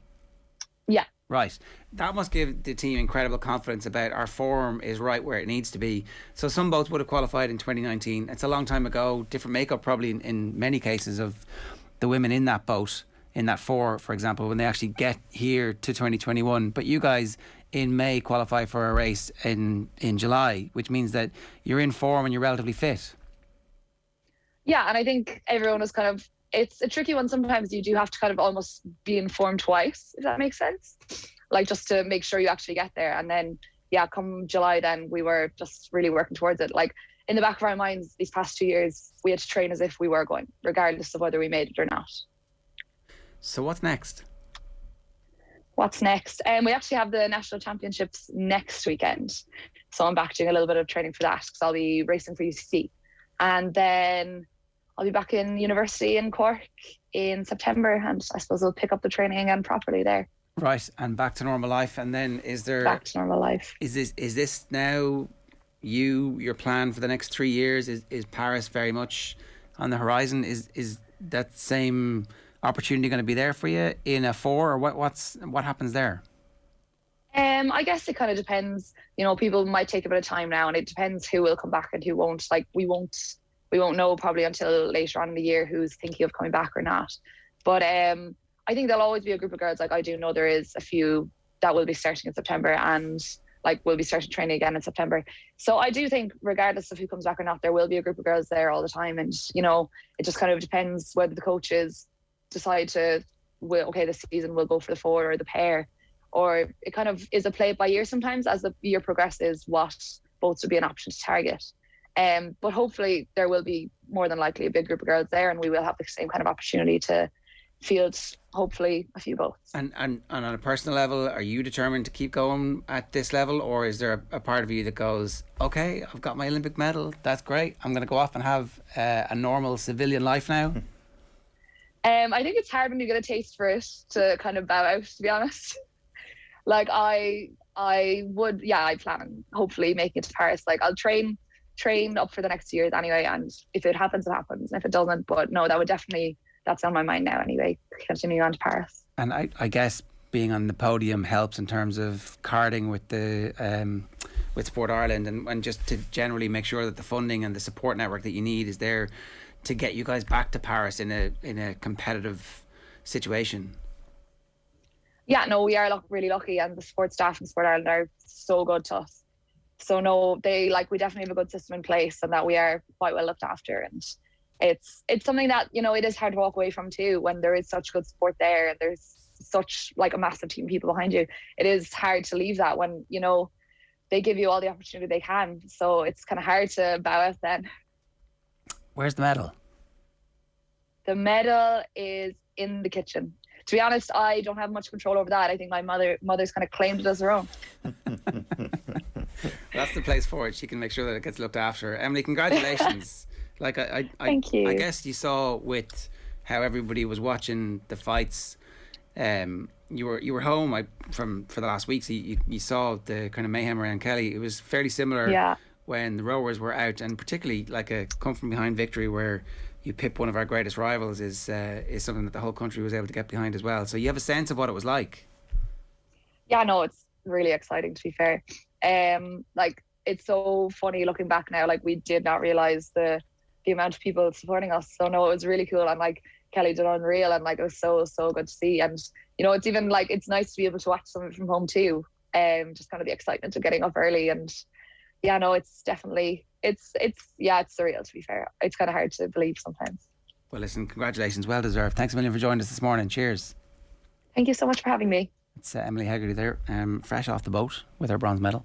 Yeah. Fairly stunning stuff. Yeah, incredible. And got the ball rolling on that week, because the first weekend was just had a couple of mixed fortunes for Irish competitors, including a couple of boats, let's not forget, as well. And then it was kind of that Tuesday, Wednesday morning when things started to take an upturn, and we're like, oh, hold on, this actually is going to turn out to be an okay games. And those couple of days, that first midweek was really, really successful few days. And if anybody's missed the race, go back and watch it. Like, there's a bit where you're like, oh, just this isn't going to happen for them, and then it's like, come on.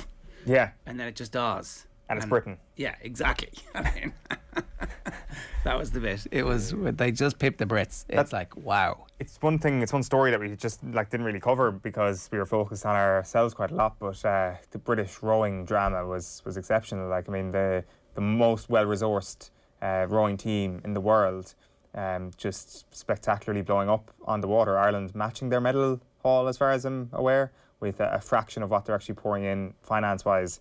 So that was one hell of a story. Yeah, maybe we'll go back and do like a full 3-hour special on that sometime. If anybody wants us to do that, you can. Beef is real. You can WhatsApp us. 0879 180 180 is the WhatsApp number. Of course, you can leave a comment in the YouTube stream as well. 7 minutes past 9 this morning. Here's what's on the OTB Sports Radio channel for you today. You can listen on the OTB Sports app or on desktop, or of course you can get it on otbsports.com/radio. At 1 o'clock, it is the retirement and career retrospective interview with Andy Lee. Annalise Murphy talking to Keane and McGean Unleashed. From 3 o'clock today, our retro panel is the competitive obsession. At 4 at OTB Gold, it's 6 o'clock interview with Emmanuel Petit, and then live tonight, Ron O'Gara on the Lions. The football show is back with David Myler and loads more as well. Up next this morning on OTB AM, we're going to preview the All-Ireland football semi-final, Dublin and Mayo, through the prism of the Mill in the Hill. That's next. OTB AM on OTB Sports Radio, Ireland's first and only sports radio station. The Football Pod with Paddy and Andy, our new weekly Gaelic football show with Paddy Andrews and Andy Moran. Yes, Dublin aren't in great form, but they're bored out of their mind time. Paul Mannion and Jack McCaffrey aren't playing, yes, because of the stress and strain, but they're a bit bored. Like, they're mid-20s, they should be still playing football for Dublin. The likes of Conor O'Callaghan needs a Mayo coming to Croke Park, needs to be playing a Kerry in an All-Ireland final to really get themselves going, and I think that's where it's at. Download the OTB Sports app and subscribe to the GAA podcast feed now. Car insurance is boring, but you don't have to be. Get Set Go is the kind of car insurance you can sort in a few minutes online, then bounce on with your day. Are you ready for Quick Start Insurance? Get a quote now at getsetgo.ie. MCL Insurance Services Ireland Limited, trading as getsetgo.ie, is regulated by the Central Bank of Ireland. OTB AM. With Gillette, put your best face forward with our new and improved razors. Well, if you remember back, right, Tyrone and Armagh warmed up in the same side of the pitch in 05. Okay. Ulster final, wasn't it? Yeah, so it was just all kind of, and it literally just took off around training and why do Dublin have the right to do this and why do they have the hill and all this sort of crack. So it was just brought up. And David Brady, wasn't it? It wasn't Brady. I don't know who brought it up, but it was. We were on the way on the bus, and it was like, no, we're not doing that. We're not doing that. And the way I remember it is that we sat down. David Heaney just goes, right, come on, let's go. So we all just went up. We had nothing set up. There was no warm up. There was balls flying everywhere. Our nutritionist got hit in the head. She was knocked out. It was no. Trevor Howley, there was a guy on our team. Trevor Howley, tank of a man, and he stood. Dublin used to do this drill, 50 yards apart, kicking it to each other and moving, just to kick and move, Paddy. You know. And he stood in the middle. He must have taken 20 or 30 shoulders. He couldn't. Like he came on in the Laois quarter final. He couldn't come on. That's Andy Moore and Paddy Andrews there from episode 14 of the Football Pod, talking about the Mill at the Hill in 2006. Still available exclusively on the OTB Sports app. Later today, the podcast will be available on all platforms. This week's episode is a doozy. It's a deep dive into the Dublin-Mayo rivalry, and right now on OTB AM, we're delighted to welcome both David Brady and the former Dublin boss Paul Caffrey to the show. David, I might start with you. Andy Moore's not giving you the credit there, but I think this was your brainchild. I think you were carefully, craftily hatching this for weeks. You give a dog a bad name and it follows him. Or a good name, David, a good name. Good name. It was a collective decision, really. And you know what? When you look back at it now, it really did spark what you call, and what I call, one of the greatest rivalries in GAA, especially over the last 15 years. When you look at it, it really has ignited, and it did ignite. And look at your pillar. And you know, I was listening to Paddy and Andy and Tommy on the podcast, and look at there was and there is, when you're in that bubble, a hatred of your opposition. And the opposition for us that day was Dublin, and vice versa. They hated us. But that's continued. And you know what? I hated Peter Caffrey and every inch of him for that 12 months, for that. Peter, I remember us going over, Connacht were playing Leinster in the Railway Cup final not so long afterwards. Boston, yeah. Yeah, and I went over, I only came back half the man because, as Adam Brogan told me, he says, Peter singled you out, he says, take lumps out of Brady. This was about 4 or 5 months after that. Do you remember? It was about, I don't know, it was about 3, it wasn't too long after anyway. John, he was manager of Connacht. That's right. I was with Val Andrews running Leinster. Yeah. We had about 6 dubs maybe starting, and the rest were obviously. Yeah.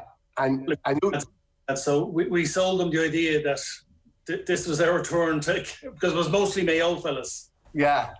And as Alan says, the 6 dubs were told, take lumps out of Brady. So Pillar blamed me. But you know what? And like Pillar, we've had some great days outside the pitch since, and you know, before games, after games, and that's what it is. You're in that bubble, and as Andy and Paddy rightly said, you have no other focus but a deep conviction to not give your opposition any credit, and that's what's happened over the last 15, 16 years. We've had semi-final replays, we've had All-Ireland final replays, we've had unbelievable epic games that will go down in history, and again, we're on the cusp of another one coming this Saturday. Paul, had you guys played against Mayo in the previous 5-6 seasons at all? I can't really remember, apart from some league games maybe. Prior to that game in 06? Yeah. Yeah, no, look, Mayo, you know, we played in the National League and they would have the upper hand on us in National League games. We took a fair hammering under Tommy Lyons over in Ballina in the National League around that time. So look, Mayo were a very decent team, and that was just it, you know what I mean? We went in as favourites, but like there was a huge respect for Mayo. And you look back on that Mayo team, they had fair sprinkling of players, and I know Andy Morton's doing a lot with us at the moment now, and sure, he came on and got the killer goal that day. But look, that Mayo team on paper it stand up very well even nowadays. So what was your view of David Brady, the footballer, then, Paul? Yeah, well, sure. Look, David was he was a tough boy, and he was a very competitive boy, and he was that type of player that, look, he wore his heart outside his jersey all the time. You knew when you're any team was lined up against the David Brady team, that they were going to be very fired up. And I am convinced, David, that it was you that instigated that whole march to the hill. I'm sure you've got good mileage over it over the years. But look, that was a fantastic game to be involved in. We were heartbroken, obviously, having been 7 points up into the second half, and Mayo put in one of these great last 20 minutes. And, it's looking back at some of the clips of it and seeing Kieran MacDonald getting that wonderful score, like a player that deserved to play in an All-Ireland final, if not win one. Kevin O'Neill, who had a bit of a spell with Nafina around that time, came on as well, had a cameo, brilliant performance that day. So, you had Mortimer there, who was always good for scores and that. So, no, they were a classy team. And look, David, in fairness to him, he would have backed up that classy football with a bit of hardness and toughness around the middle, and a never say die type of guy in your ranks that every team needs. What is your overriding emotion, Paul, when you see that Mayo are down at the hill?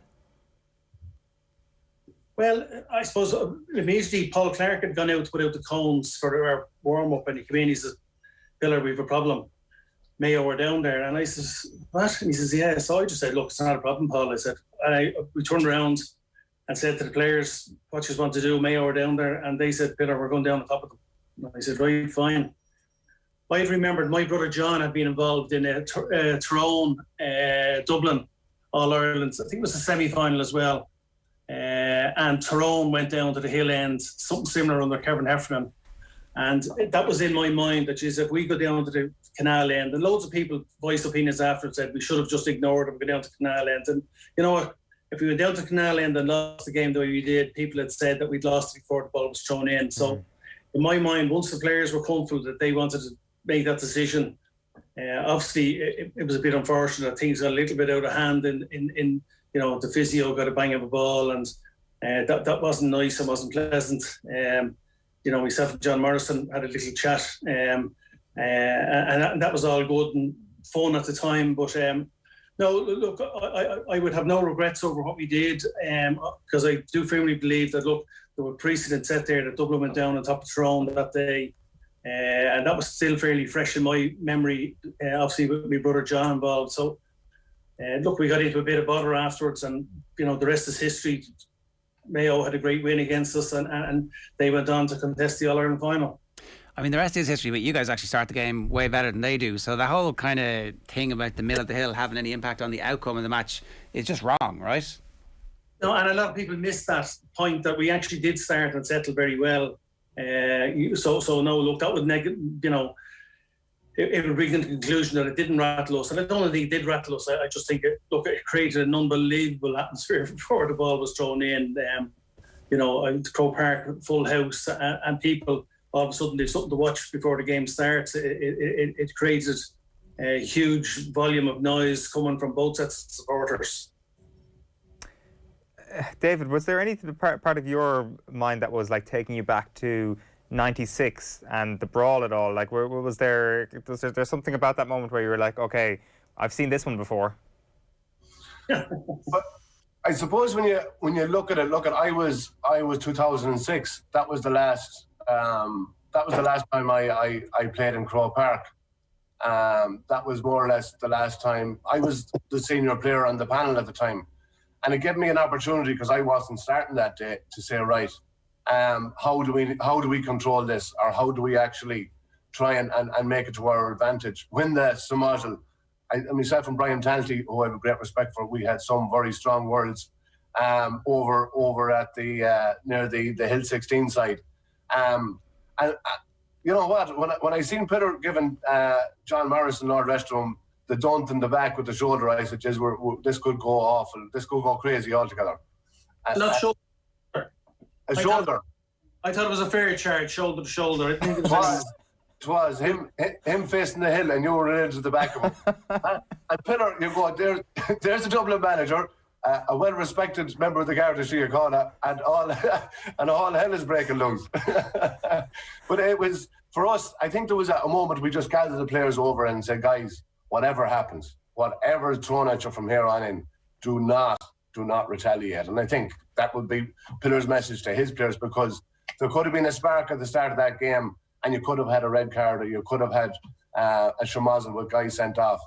But again, it was just saying, look, focus on what we have to do, focus on the start and focus on our strategy and game plan. But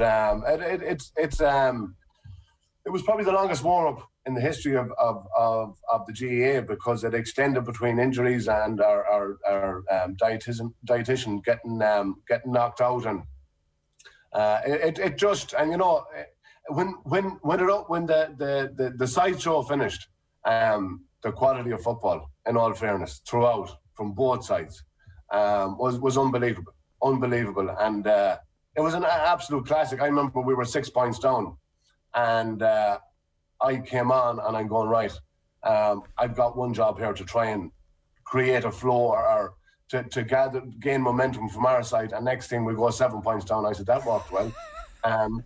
So 7 points down and you go, right, next ball. And I firmly believe, and look, we have what we have on Saturday. But for me, the connection I had with David Clark as a goalkeeper, it allowed me to influence the kickouts. We didn't allow them to come down the middle and be contested. We chipped 4. We got 4 out of 5 in a row under the Hogan.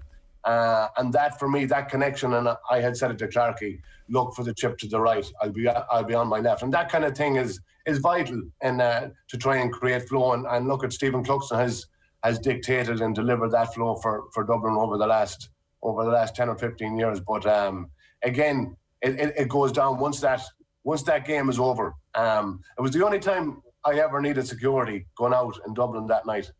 We were assigned two security guards, and we were told to all stay together just in case. But and that's the beauty of it. We've had lovely times down through the years afterwards with them players. My arch enemy was Kieran Whelan, sound as a pound. Great respect. Alan Brogan, neighbour up the road, great respect. Bernard, all them guys, and it's and that's what football is about. And you see it from back in the 70s, the 80s, the 90s. The respect that you have for your fellow footballers. Now you do, David. But like that night, did you all go out and have pints, or what was the crack? Oh, we went out. We went out en masse. Now, let me tell you that. But not with the Dubs. No, I wouldn't. And Paddy, I wouldn't talk to any of my opposition players, whether it was Pádraig Joyce in Galway or Kieran Whelan, in any way, shape or form, until I had the boots thrown away. And I think it's a bit different now because guys are more integrated in Sigerson and college and whatnot, but no way. And Paddy said it as well on the podcast. He said he wouldn't have talked to Andy Moore in bar 2 seconds over 10 years because they're the ones that want to take your crown. They're the ones that your greatest enemy, and that's the I suppose that's the mindset of battle and competition, and for me it never changed. I only started talking to them afterwards, and it's like that in sporting context.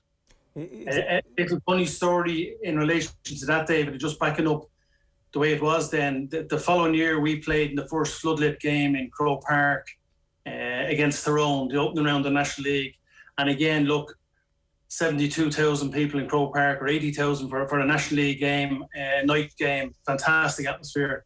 And Croke Park, in fairness, wanted to do something, acknowledge the players. So the players' lounge was only opened around that time. So they decided to invite both sets of players in afterwards to have a drink in each other's company after the game. But the game went ahead and we lost by a point, and there was a couple of sending offs and there was a bit of argy-bargy and that whatever, but in we go into players' lounge. Not one Dublin player and Tyrone player mixed. Tyrone went to their corner, all stood around. They had no interest in having a drink or anything like that. I think they were formed a circle around Owen Mulligan. He was able to sneak a few pints in. He's seen him. And our fellas stood around and they're over to me, Pillar, when can we leave?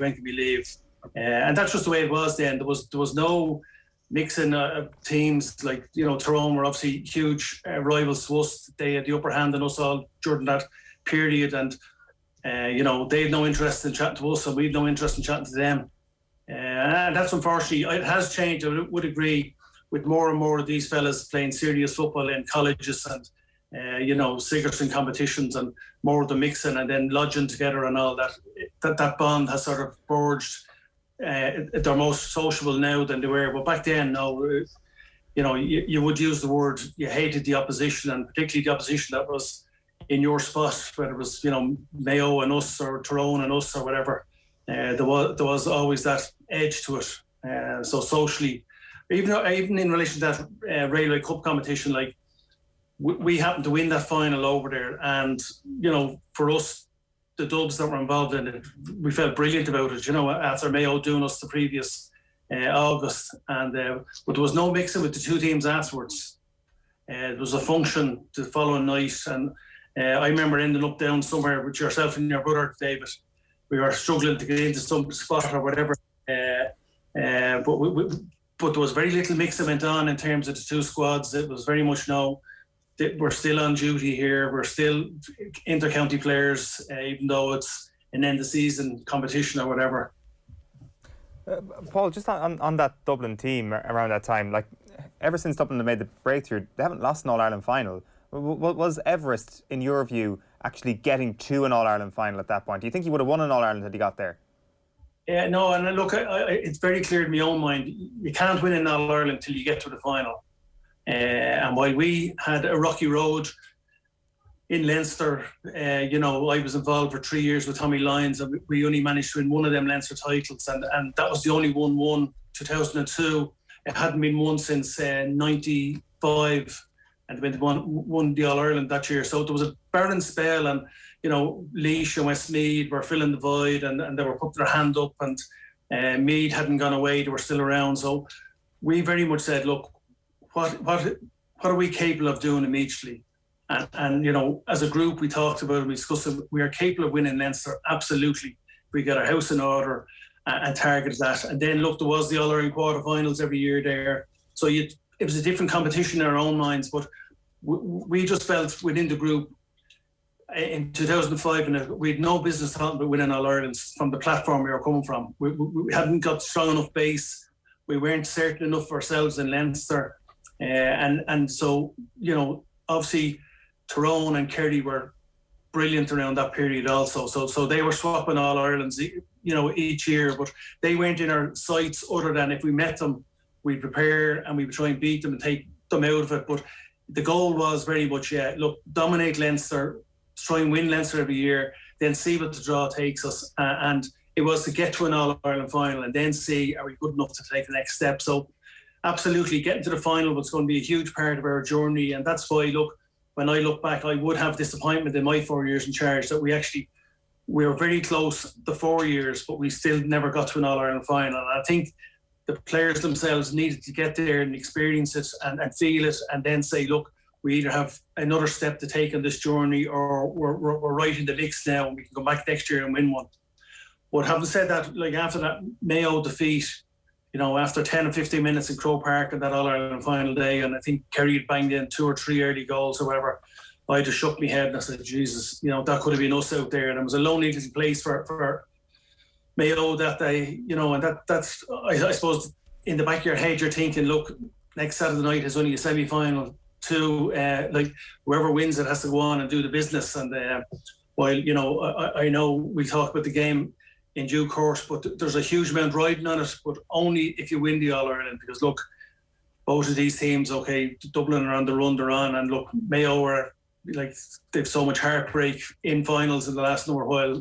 I don't think it'll be celebrated like it was back then and beating Dublin in the semi-final. They'll know their business is to try and win an All-Ireland, not to get to another final. Well, let's talk about that game then, DB. How close are this Mayo team to being able to win an All-Ireland at the moment? Are they close enough that they can beat the Dubs in your mind this weekend? I think they're close enough to push Dublin all the way, and that's from a 0 to 70-minute game, and they have that, and they've proved that time in, time out, no matter what. They haven't bet Dublin in a long, long time. Something like nearly 10 years of competitive championship football. it's vital. It's vital that Mayo understand and learn from mistakes of the past. And I could have been here the week before Christmas talking about the same. They need to learn from the mistakes of the past, both from a player's perspective and from a management and a tactics perspective. Like 15 seconds in the All-Ireland final in December, goal straight in. One of the fastest goals in the history of the GAA All-Irelands. You're going, it had to be Mayo to give it away. But it's like this. Mayo have been sucker punched and knocked out by Dublin, and they've stood up again, and they're coming at them, and they're coming at them, and they're here again.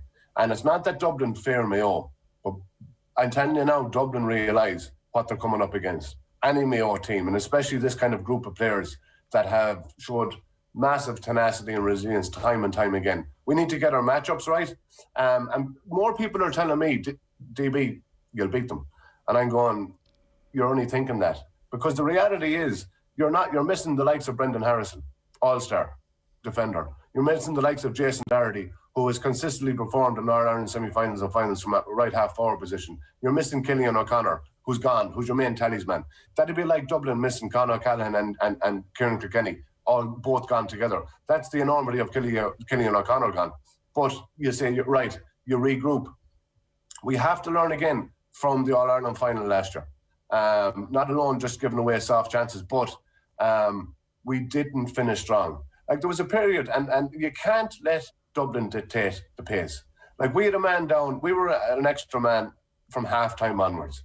And in that period, we had a man extra and Mayo had less possession than Dublin. And once that period finished, Mayo didn't score for 12, 13 minutes. And Dublin just pushed on and wiped the game out by the 62nd, 65th minute. Like that can't be allowed to happen. And again, we were too defensive in my mind. We brought on Michael Plunkett and we were very defensive in that first 10 minutes. That was the time to go for the juggler and really try and put your stamp on the game and push ahead. But that was a reaction to the semi-final the previous year, where in those 10 minutes the game had been completely lost by the blitz that Dublin produced the greatest football of any era that we've seen from them in many respects. I can see why they would have done that, but I buy your point that you have to adapt. Like you need to be the Terminator and completely change in the middle of games and respond to what the Dubs are doing. Paul, what's your level of confidence like at the moment? And we're nearly out of time here, but where's Desi's evolution of the team at the moment? Where are they? Yeah, look, it's fascinating to actually think about it, because like I've no doubt Dublin are on the downward curve from the greatest team we've ever seen in Dublin here. There is slippage, in lots of things. You can't lose, Stephen Cluxton, Paul Mannion, Jack McCaffrey, even someone like Eric Lowndes stepping away. Just some things aren't fitting right in terms of when you're looking in from outside. Are Dublin vulnerable? Absolutely. I think more vulnerable than they have been. We can't really get a read on the 3 games in Leinster because, they were monotonous to look at. They were, won by 6, 7, 8 points, and you didn't get any flavour that, Dublin are evolving, Dublin are improving. If anything, you're saying, there is a bit of slippage there. But look, Desi would have known, Leinster was very winnable no matter who was playing. Now, semi-final, this is where you have to come with your A game. There will be massive respect for what Mayo are capable of doing as per the second half against Galway.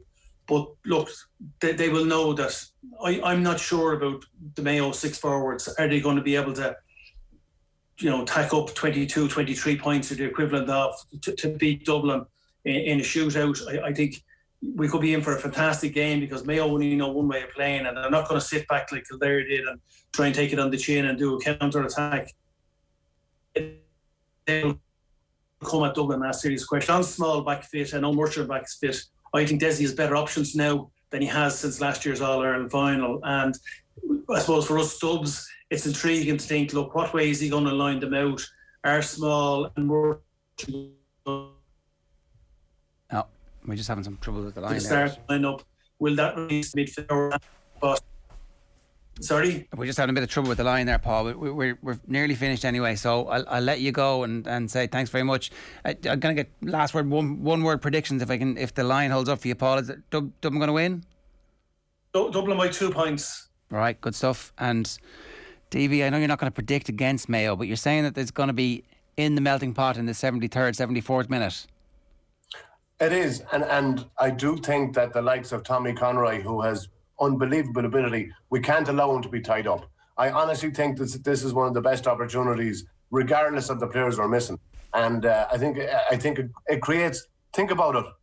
What we have is Curry potentially not playing a semi-final. Curry potentially not getting a right go at Tyrone, a full-strength Tyrone team. This game takes on a massive asset to say, you know what, these guys have been tried, have been tested, have been put to the pin of their collar in a semi-final. Whoever wins it goes into a final, without doubt. I don't care if it's Mayo. They win. They beat Dublin, the first team to beat them since Donegal in how many years? They'll be favourites by. All right, good stuff.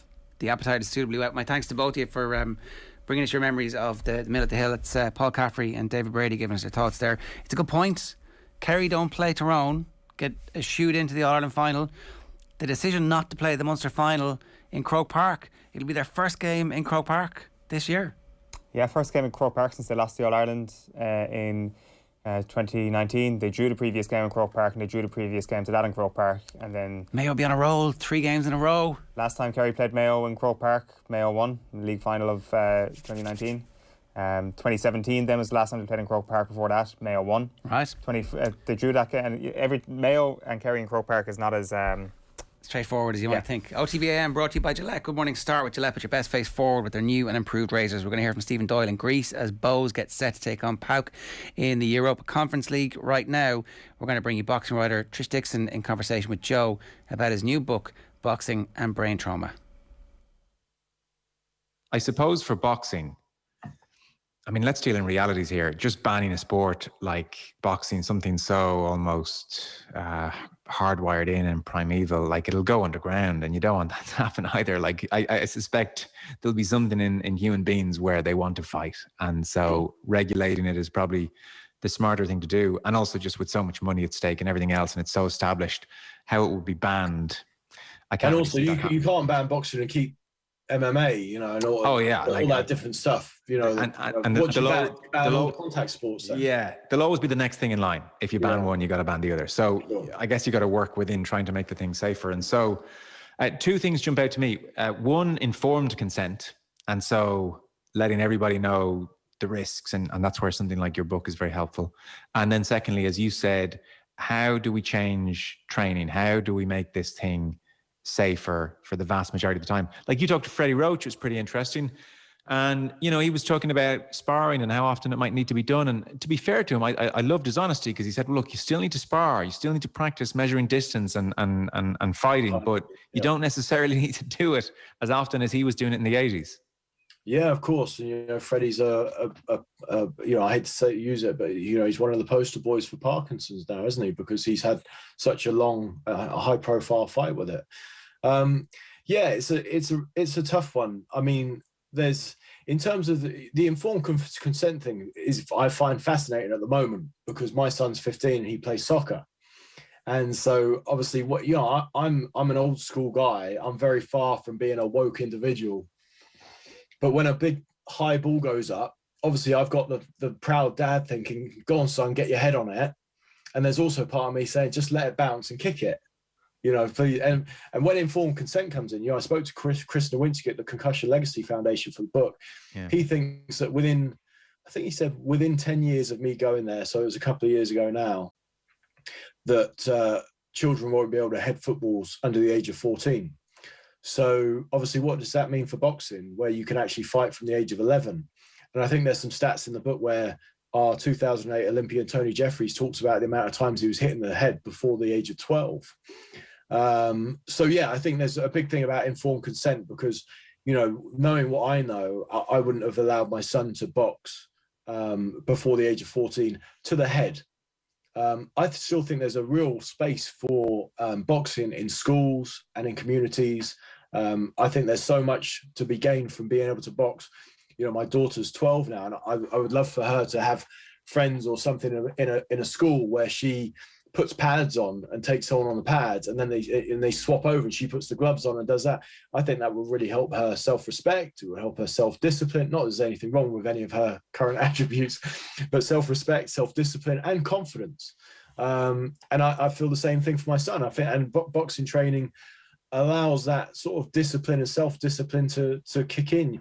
You'll still see some retired fighters or guys who've retired, and they're in immaculate shape because it's now ingrained in them. They get up, they run, and it's part of their routine and part of their habits. And it's given them a long and healthy life. But, the informed consent thing is a very interesting point to make, particularly when you're looking at kids and when you're factoring other sports and how they're changing. I think the thing is with boxing, it's tough, isn't it? Because how do you police this stuff? How do you get into the gyms where the culture is to be macho? How do you get into this thing where there's been so many precedents set where people, it was funny. I don't know if you remember when Anthony Joshua lost to Andy Ruiz. There was headlines a few weeks down the line saying Rob McCracken, his trainer, let him box on with a concussion. Yeah. Well, obviously, Chris Nowinski says in the book, well, realistically, if you're giving anyone a 10 count, and Joshua went down in the fight, was given a 10 count, you're writing concussion into the rules. Because, they must be concussed or nearly concussed. They need 10 seconds to regain their senses. Yeah. Maybe it's a mild concussion or a mild TBI, traumatic brain injury, but it's concussion nonetheless. So, yeah, it's a very difficult thing in terms of, in terms of the sport. And it's not one of those sports like we've mentioned with soccer and football where it's like, oh, you've got a head injury, off you come, we'll put someone else on. You're either in or you're out. That's a great point. And that's where you get to the really sticky, uncomfortable part of the conversation for boxing because of the inherent nature of it. Like you said, in rugby, HIA, off you go, no chances taken, done. You mentioned Joshua there, and you have it in the book. He quips afterwards and says, well, what's a concussion, So do you have a sport where you're knocked down and count to 8 and you get back up and you kind of shake and I'm okay? By rights, I mean, Chris Nowinski's right. That's probably a concussion more often than not. So that should be end of the fight. And yet, yeah, well, I mean, Chris says these two things. I think he says, obviously punches to the body, would be a 10 count. But also he did say, and these were Chris's words, not mine, said maybe a 3 count. Where almost like a flash knockdown, you get up, shake off, you're actually fine, and you can go again. But yeah, I mean, for me, in terms of where I'm at, like I said, the fights are the fights. I think there's so much that could be done to reduce exposure behind closed doors with sparring, the amount of fights you're having as an amateur and that kind of stuff. I think that's where the work needs to be done to look after these guys. It's certainly the first step. And again, you hate to talk about people in this way, but so say, I guess, the aspiration for boxing should be as quickly as possible to ensure that training has been done in as safe a way as possible. And then, unfortunately, there's a degree of guinea pig generation to see, well, where does that leave the next generation of fighters who have markedly brought down their sparring, but they are taking punishment in fights? Where are they when they're in their 60s and 70s? And then you may have to recalibrate again. Like, it's a kind of a chilling way to talk about human beings. And that's where informed consent comes in a big way. But like, that's where probably boxing is, in that it has to recalibrate and then wait and see, and maybe recalibrate again and wait and see. But it's a massive thing to do with the culture and also to do with boxing, and it's something we talk about in Life After Boxing. How do the fighters replace the high of the buzz of not just fight night, but of sparring and that competition? And there was this well-documented case, I'm not sure if you're familiar with Nick Blackwell, who was hurt by George Groves in sparring about a week before he fought Chris Eubank Jr., who subsequently put Blackwell in a coma on fight night. Yes. And Nick fought for his life and made a brilliant recovery, and he was as fit as a fiddle and rowing and cycling and running, and then he sparred again months and months down the line, and he sustained a far worse brain injury than the first time, and he was left far worse than he was having been given a second chance. And then, so that you think, that's an isolated incident. That's someone not being particularly wise with the hand they've been dealt. Then, however, I've just gone and done a podcast with Kieran Farrell, who was a Manchester fighter who was who had to retire after suffering a brain injury against Anthony Crolla back in, I think, about 2012.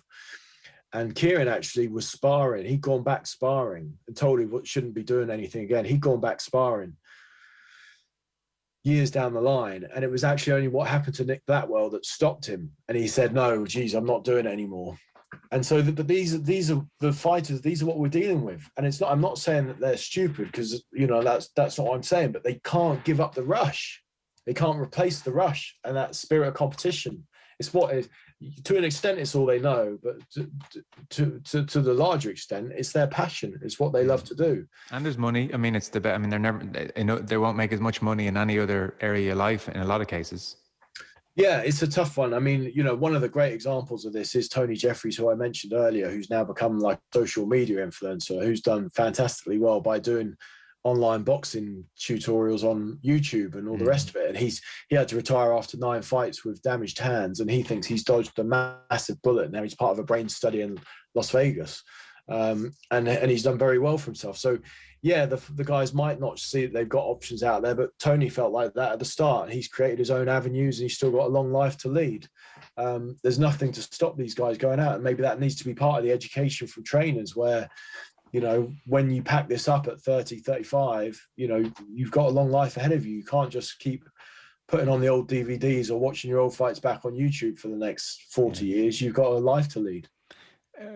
Tris, your book addresses another important point here, and that is, and it links into the Ali story we mentioned earlier, in that you could be refused a license in one jurisdiction and you will get one elsewhere. And you talk about how John McCain, before he fell ill, was pushing for like a national boxing commission, and some of the people you speak to make the point that publicly everyone was saying, oh yeah, very sensible, good idea. But there was real pushback behind the scenes because people want power. And it was kind of less than promising, I think, outlook that I got from the book anyway, that this is likely to come into existence. One jurisdiction, some kind of national commission whereby you can't just go off and get licensed willy-nilly elsewhere, because I guess the point is, who wants to give up their piece of the pie? Well, that's the thing, Joe, as well. You know, it's not even just a national commission. You need an international commission. And we've had this, you know, when Derek Chisora and David Hay didn't fight under a British license because of their antics in Munich, when they had that sort of mini riot and they ended up throwing glasses and all sorts at each other, they took out Luxembourg boxing licenses and fought in this country. And, you know, people in, you know, from a slightly more serious standpoint, people have been denied licenses on medical grounds in one state in America, and they've gone and got a license in another state because the parameters are different. I was speaking to promoter Lou DeBella last night. He said some states you just need an eye test and a blood test and you're good to go. As long as you can see what you're doing and you're not going to give anyone any lethal illnesses or diseases, you're fine. Which is terrifying. But obviously the book also takes into account that, you know, some states you need to have an MRI scan to box, some states you need a CAT scan, some states you need both, and some states you don't need either. So that's just one country. So the loopholes are staggering. And, you know, there's numerous fighters who, you know, when they reach the end of the line and they can't fight in Las Vegas or Atlantic City, where the commissions are slightly stricter, will then go and take short chains in Latvia or Germany or, you know, somewhere else, or Australia. And that's the nature of the business, you know. And these people say, and then they're marketed, they're saying, oh, this former champion, you know, is decorated former champion, but the guy hasn't won in 5 years, and they're still just selling the guy's name. And it's tragic, really, because, you know, it's the ultimate taking advantage of people, because, you know, these fighters are desperate, and these people are desperate to get a foot into the sport, because they're all looking at that big payday at the end and getting involved at the highest end of boxing. And obviously only a few chosen, few get there. But yeah, I mean, an international commission would be fantastic, particularly if you could share brain scans where the centralized database, so that you could track changes over time in a fighter's brain. You could start to flag whether you saw white matter or any massive change in the MRIs. You could start to flag it and make these guys aware of the problems they might face down the line. But again, you know, this is one of the problems where, you know, there's patient-client confidentiality. So if you go and fail a brain scan and you're part of a study, for instance, the people can't then tell the commission, because and if if your doctor says you can't fight, you might go and blag it with the commission, and they'll never know. And then you've got to look at other things as well. When we have a lot of fighters come over here from Latvia, and you think, when the Mexican fighters come and fill the undercards in America, how many of the commissioners know whether these guys have got slurred speech when they don't speak the language? And how many of them know what these guys spoke like 5 or 6 years ago? Can they track the change over time, or do they just think, stamp the ticket and let them fight? It's how do you police all this stuff? And it's very difficult. When you think of pulling it all in place, it is difficult. But then also, when you think that probably the top 1% of the sport make 99% of the money, there are probably influencers out there with enough power to get something over the line. But it's going to have to be the top people, because that's where all the money is. It's fine for the people who wish boxing well and want it to thrive, like myself, or promoter Lou DiBella, or Dr. Margaret Goodman, or a trainer like Teddy Atlas. But really the money is with your Hearns, your Joshuas, your Mayweathers, your George Foremans, your Tysons, and if those guys aren't inclined to do it, and why would they? Because they're in an individual sport looking after themselves. Why? How's it going to happen? I just don't know. Yeah. We're talking here with Tris Dixon, whose new book is Damaged, the Untold Story of Brain Trauma in Boxing, if you're just tuning in. That's a bleak outlook you've just painted there, by the way. I don't see that changing anytime soon. That's too complicated, too many vested interests, too much politics, too much money at stake. Like, that sounds like one of the biggest problems facing boxing right now, and with no immediate or even medium-term solution, unfortunately. Well, I think where there's a will, there's a way, Joe. And I think that's the thing. It has to be down to the people to want to make a change and to help these guys during and after their careers. And I think probably the most, so I have given this a bit of thought since the book came out. And I think the way to go would probably be for something like the British Boxing Board of Control to reach out to Nevada, for Nevada to reach out to New York, and for New York to reach out to another respected commission. And, possibly, I was going to say California, that's borderline now. But anyway, but basically to form a League of Nations and say, look, we're leading the way now, and we're going to have these policies. This is what we're doing to look after the fighters. We're going to host all the big fights now. And, you're either sort of doing what we're doing, or you're not going to get the big fights. As a matter of interest, why is California borderline now? Well, they've sanctioned the Oscar De La Hoya fight. Now he's age 48 to box the MMA guy that he's boxing, and they've changed the rounds. I think they're making it 2-minute rounds, which is basically an admission that he shouldn't be boxing, because if he's fit to box and everything's hunky dory, why is he not boxing 3-minute rounds? And this is a guy who told me personally he was washed up, and he felt he washed up halfway through the Mayweather fight in 2007. We're 14 years on from there. So California's on my must do better list at the minute. Yeah. And that's why I personally wouldn't have much optimism for the sport changing dramatically. I mean, we're coming up on the 100-year anniversary, aren't we, of that 1928 punch-drunk paper? This is not a new problem. The NFL have reacted very swiftly to CTE, and they've reacted for 2 reasons. 1, because of the money they had to pay out, and they don't want to do that again. And 2, because unlike boxing, they have a total control over a limited number of people and limited number of franchises. So it's far more doable to overnight go, these are the regulations, this is how we're doing it, end of. And I don't know, where do you think we are if we're having this conversation in 20 years' time, realistically? Will much have changed? Well, I think the concern is really that if we get this federal oversight and some sort of international commission, the problem is that a couple of fighters break away and do their own thing.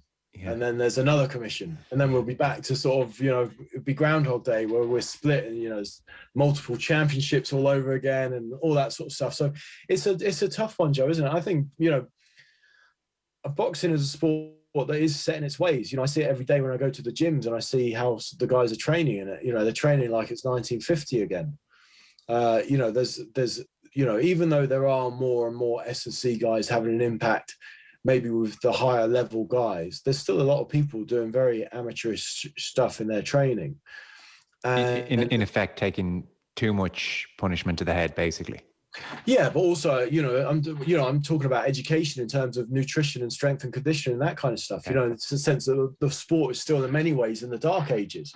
It hasn't really evolved with the times. And I think, the structure's the same. And, I've often thought about this actually since covering the sport, since about, I first went to a fight in the late 90s, but, it's not changed. The experience is the same.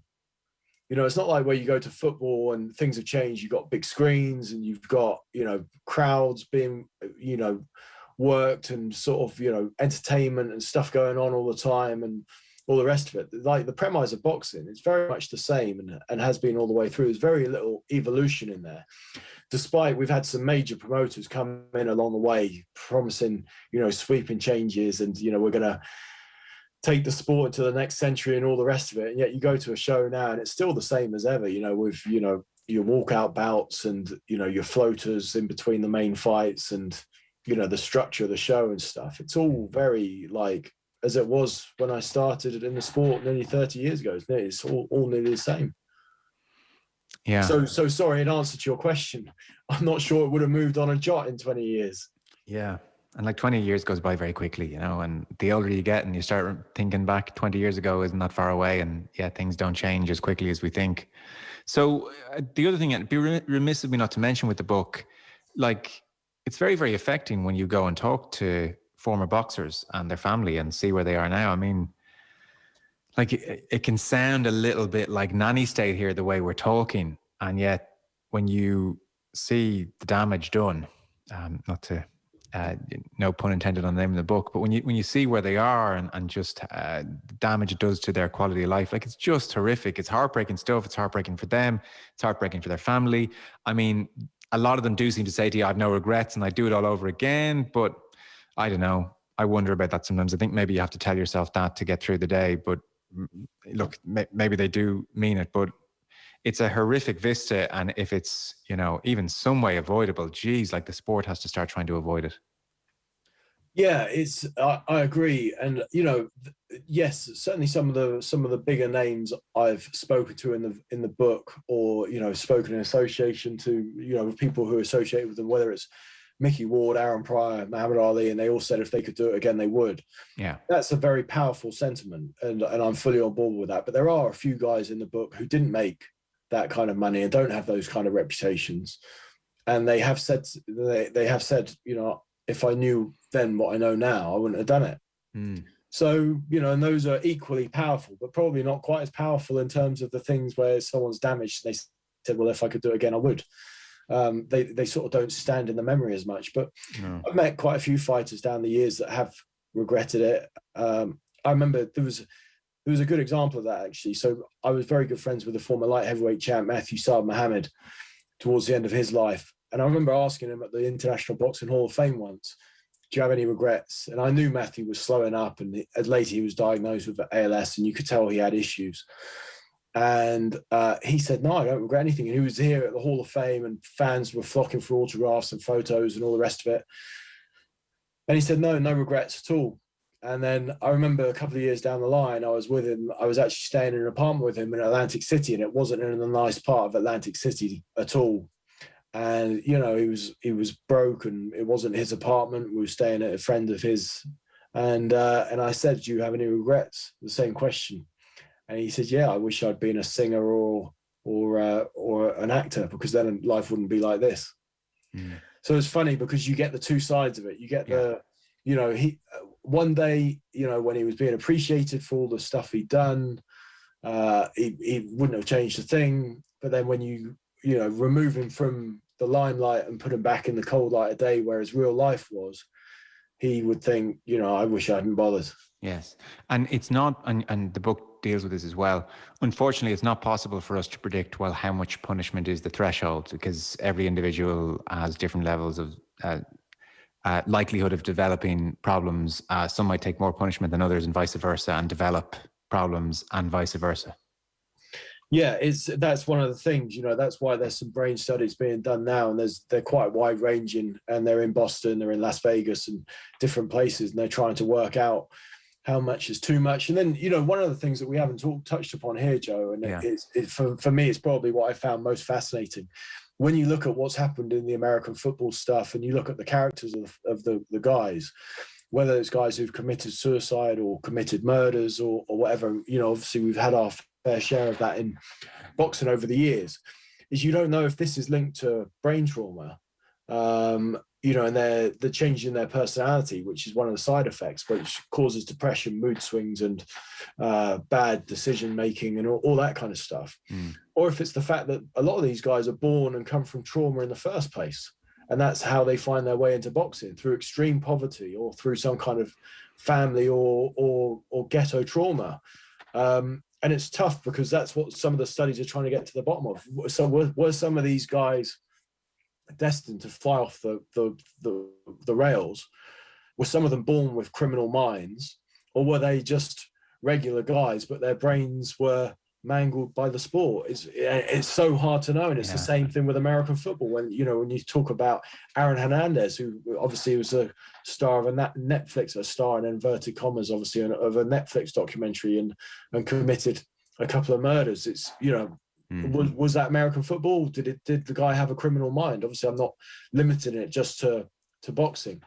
But yeah, I find this fascinating. And, you can see some fighters do change over time.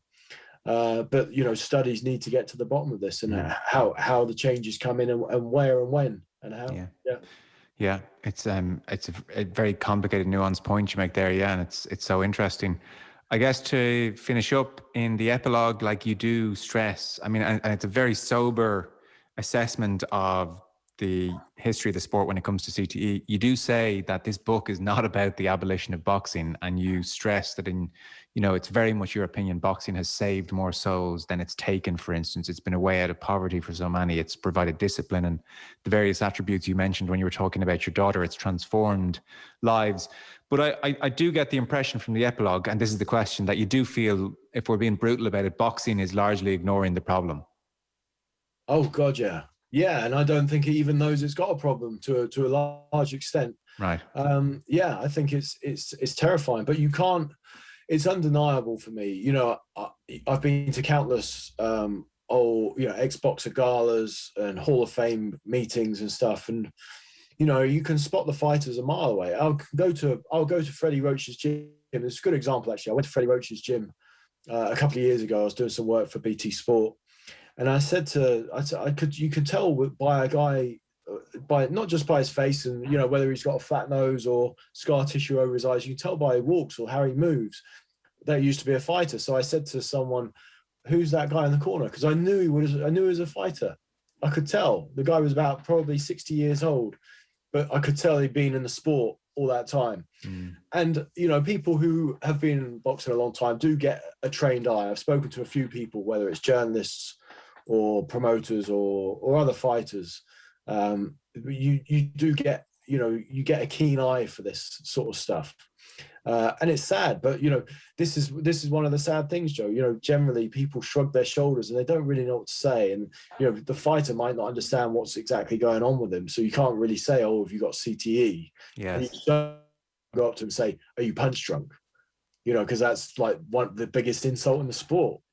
So, how do you address it? How do you start to tackle it? And, I think, I know I quoted a reasonably extensive conversation in the epilogue there with some of the fighters talking about on social media. I think that kind of stuff is vital. So that, people are, there's a couple of threads that I included there where ex-fighters who didn't quite make it to the top but had reasonable careers were talking about the after effects of their careers, whether it was, being unable to get jobs or hold down a job or suffering from headaches or short-term memory loss and that kind of stuff. And it's great that it's out in the open because it needs to be discussed. Yeah. The ultimate thing with the book for me really is to try and make people comfortable talking about the uncomfortable. Would I ideally want to spend 45 minutes talking to you, Joe, with all due respect, about something that would be seen as a negative interpretation on the sport that I love? Probably not. Yeah. Because I don't want to be seen as a guy fueling the fire for guys that want to lose the sport altogether. But I do think that the sport can do more and should do more to help the fighters, because ultimately, without the fighters, we've got nothing. So give them a little bit more, give them a little bit more dignity, give them a little bit more hope and ambition for when they retire. And it's easy enough to do. It just is going to take some work. Listen, great having you on the show again. The book is Damaged, the Untold Story of Brain Trauma in Boxing. It's by Tris Dixon. 4 years' work has gone into it. Tris, thanks so much. Lovely to have you on the show again. Thanks, Joe. Always a pleasure. OTB AM. With Gillette, put your best face forward with our new and improved razors.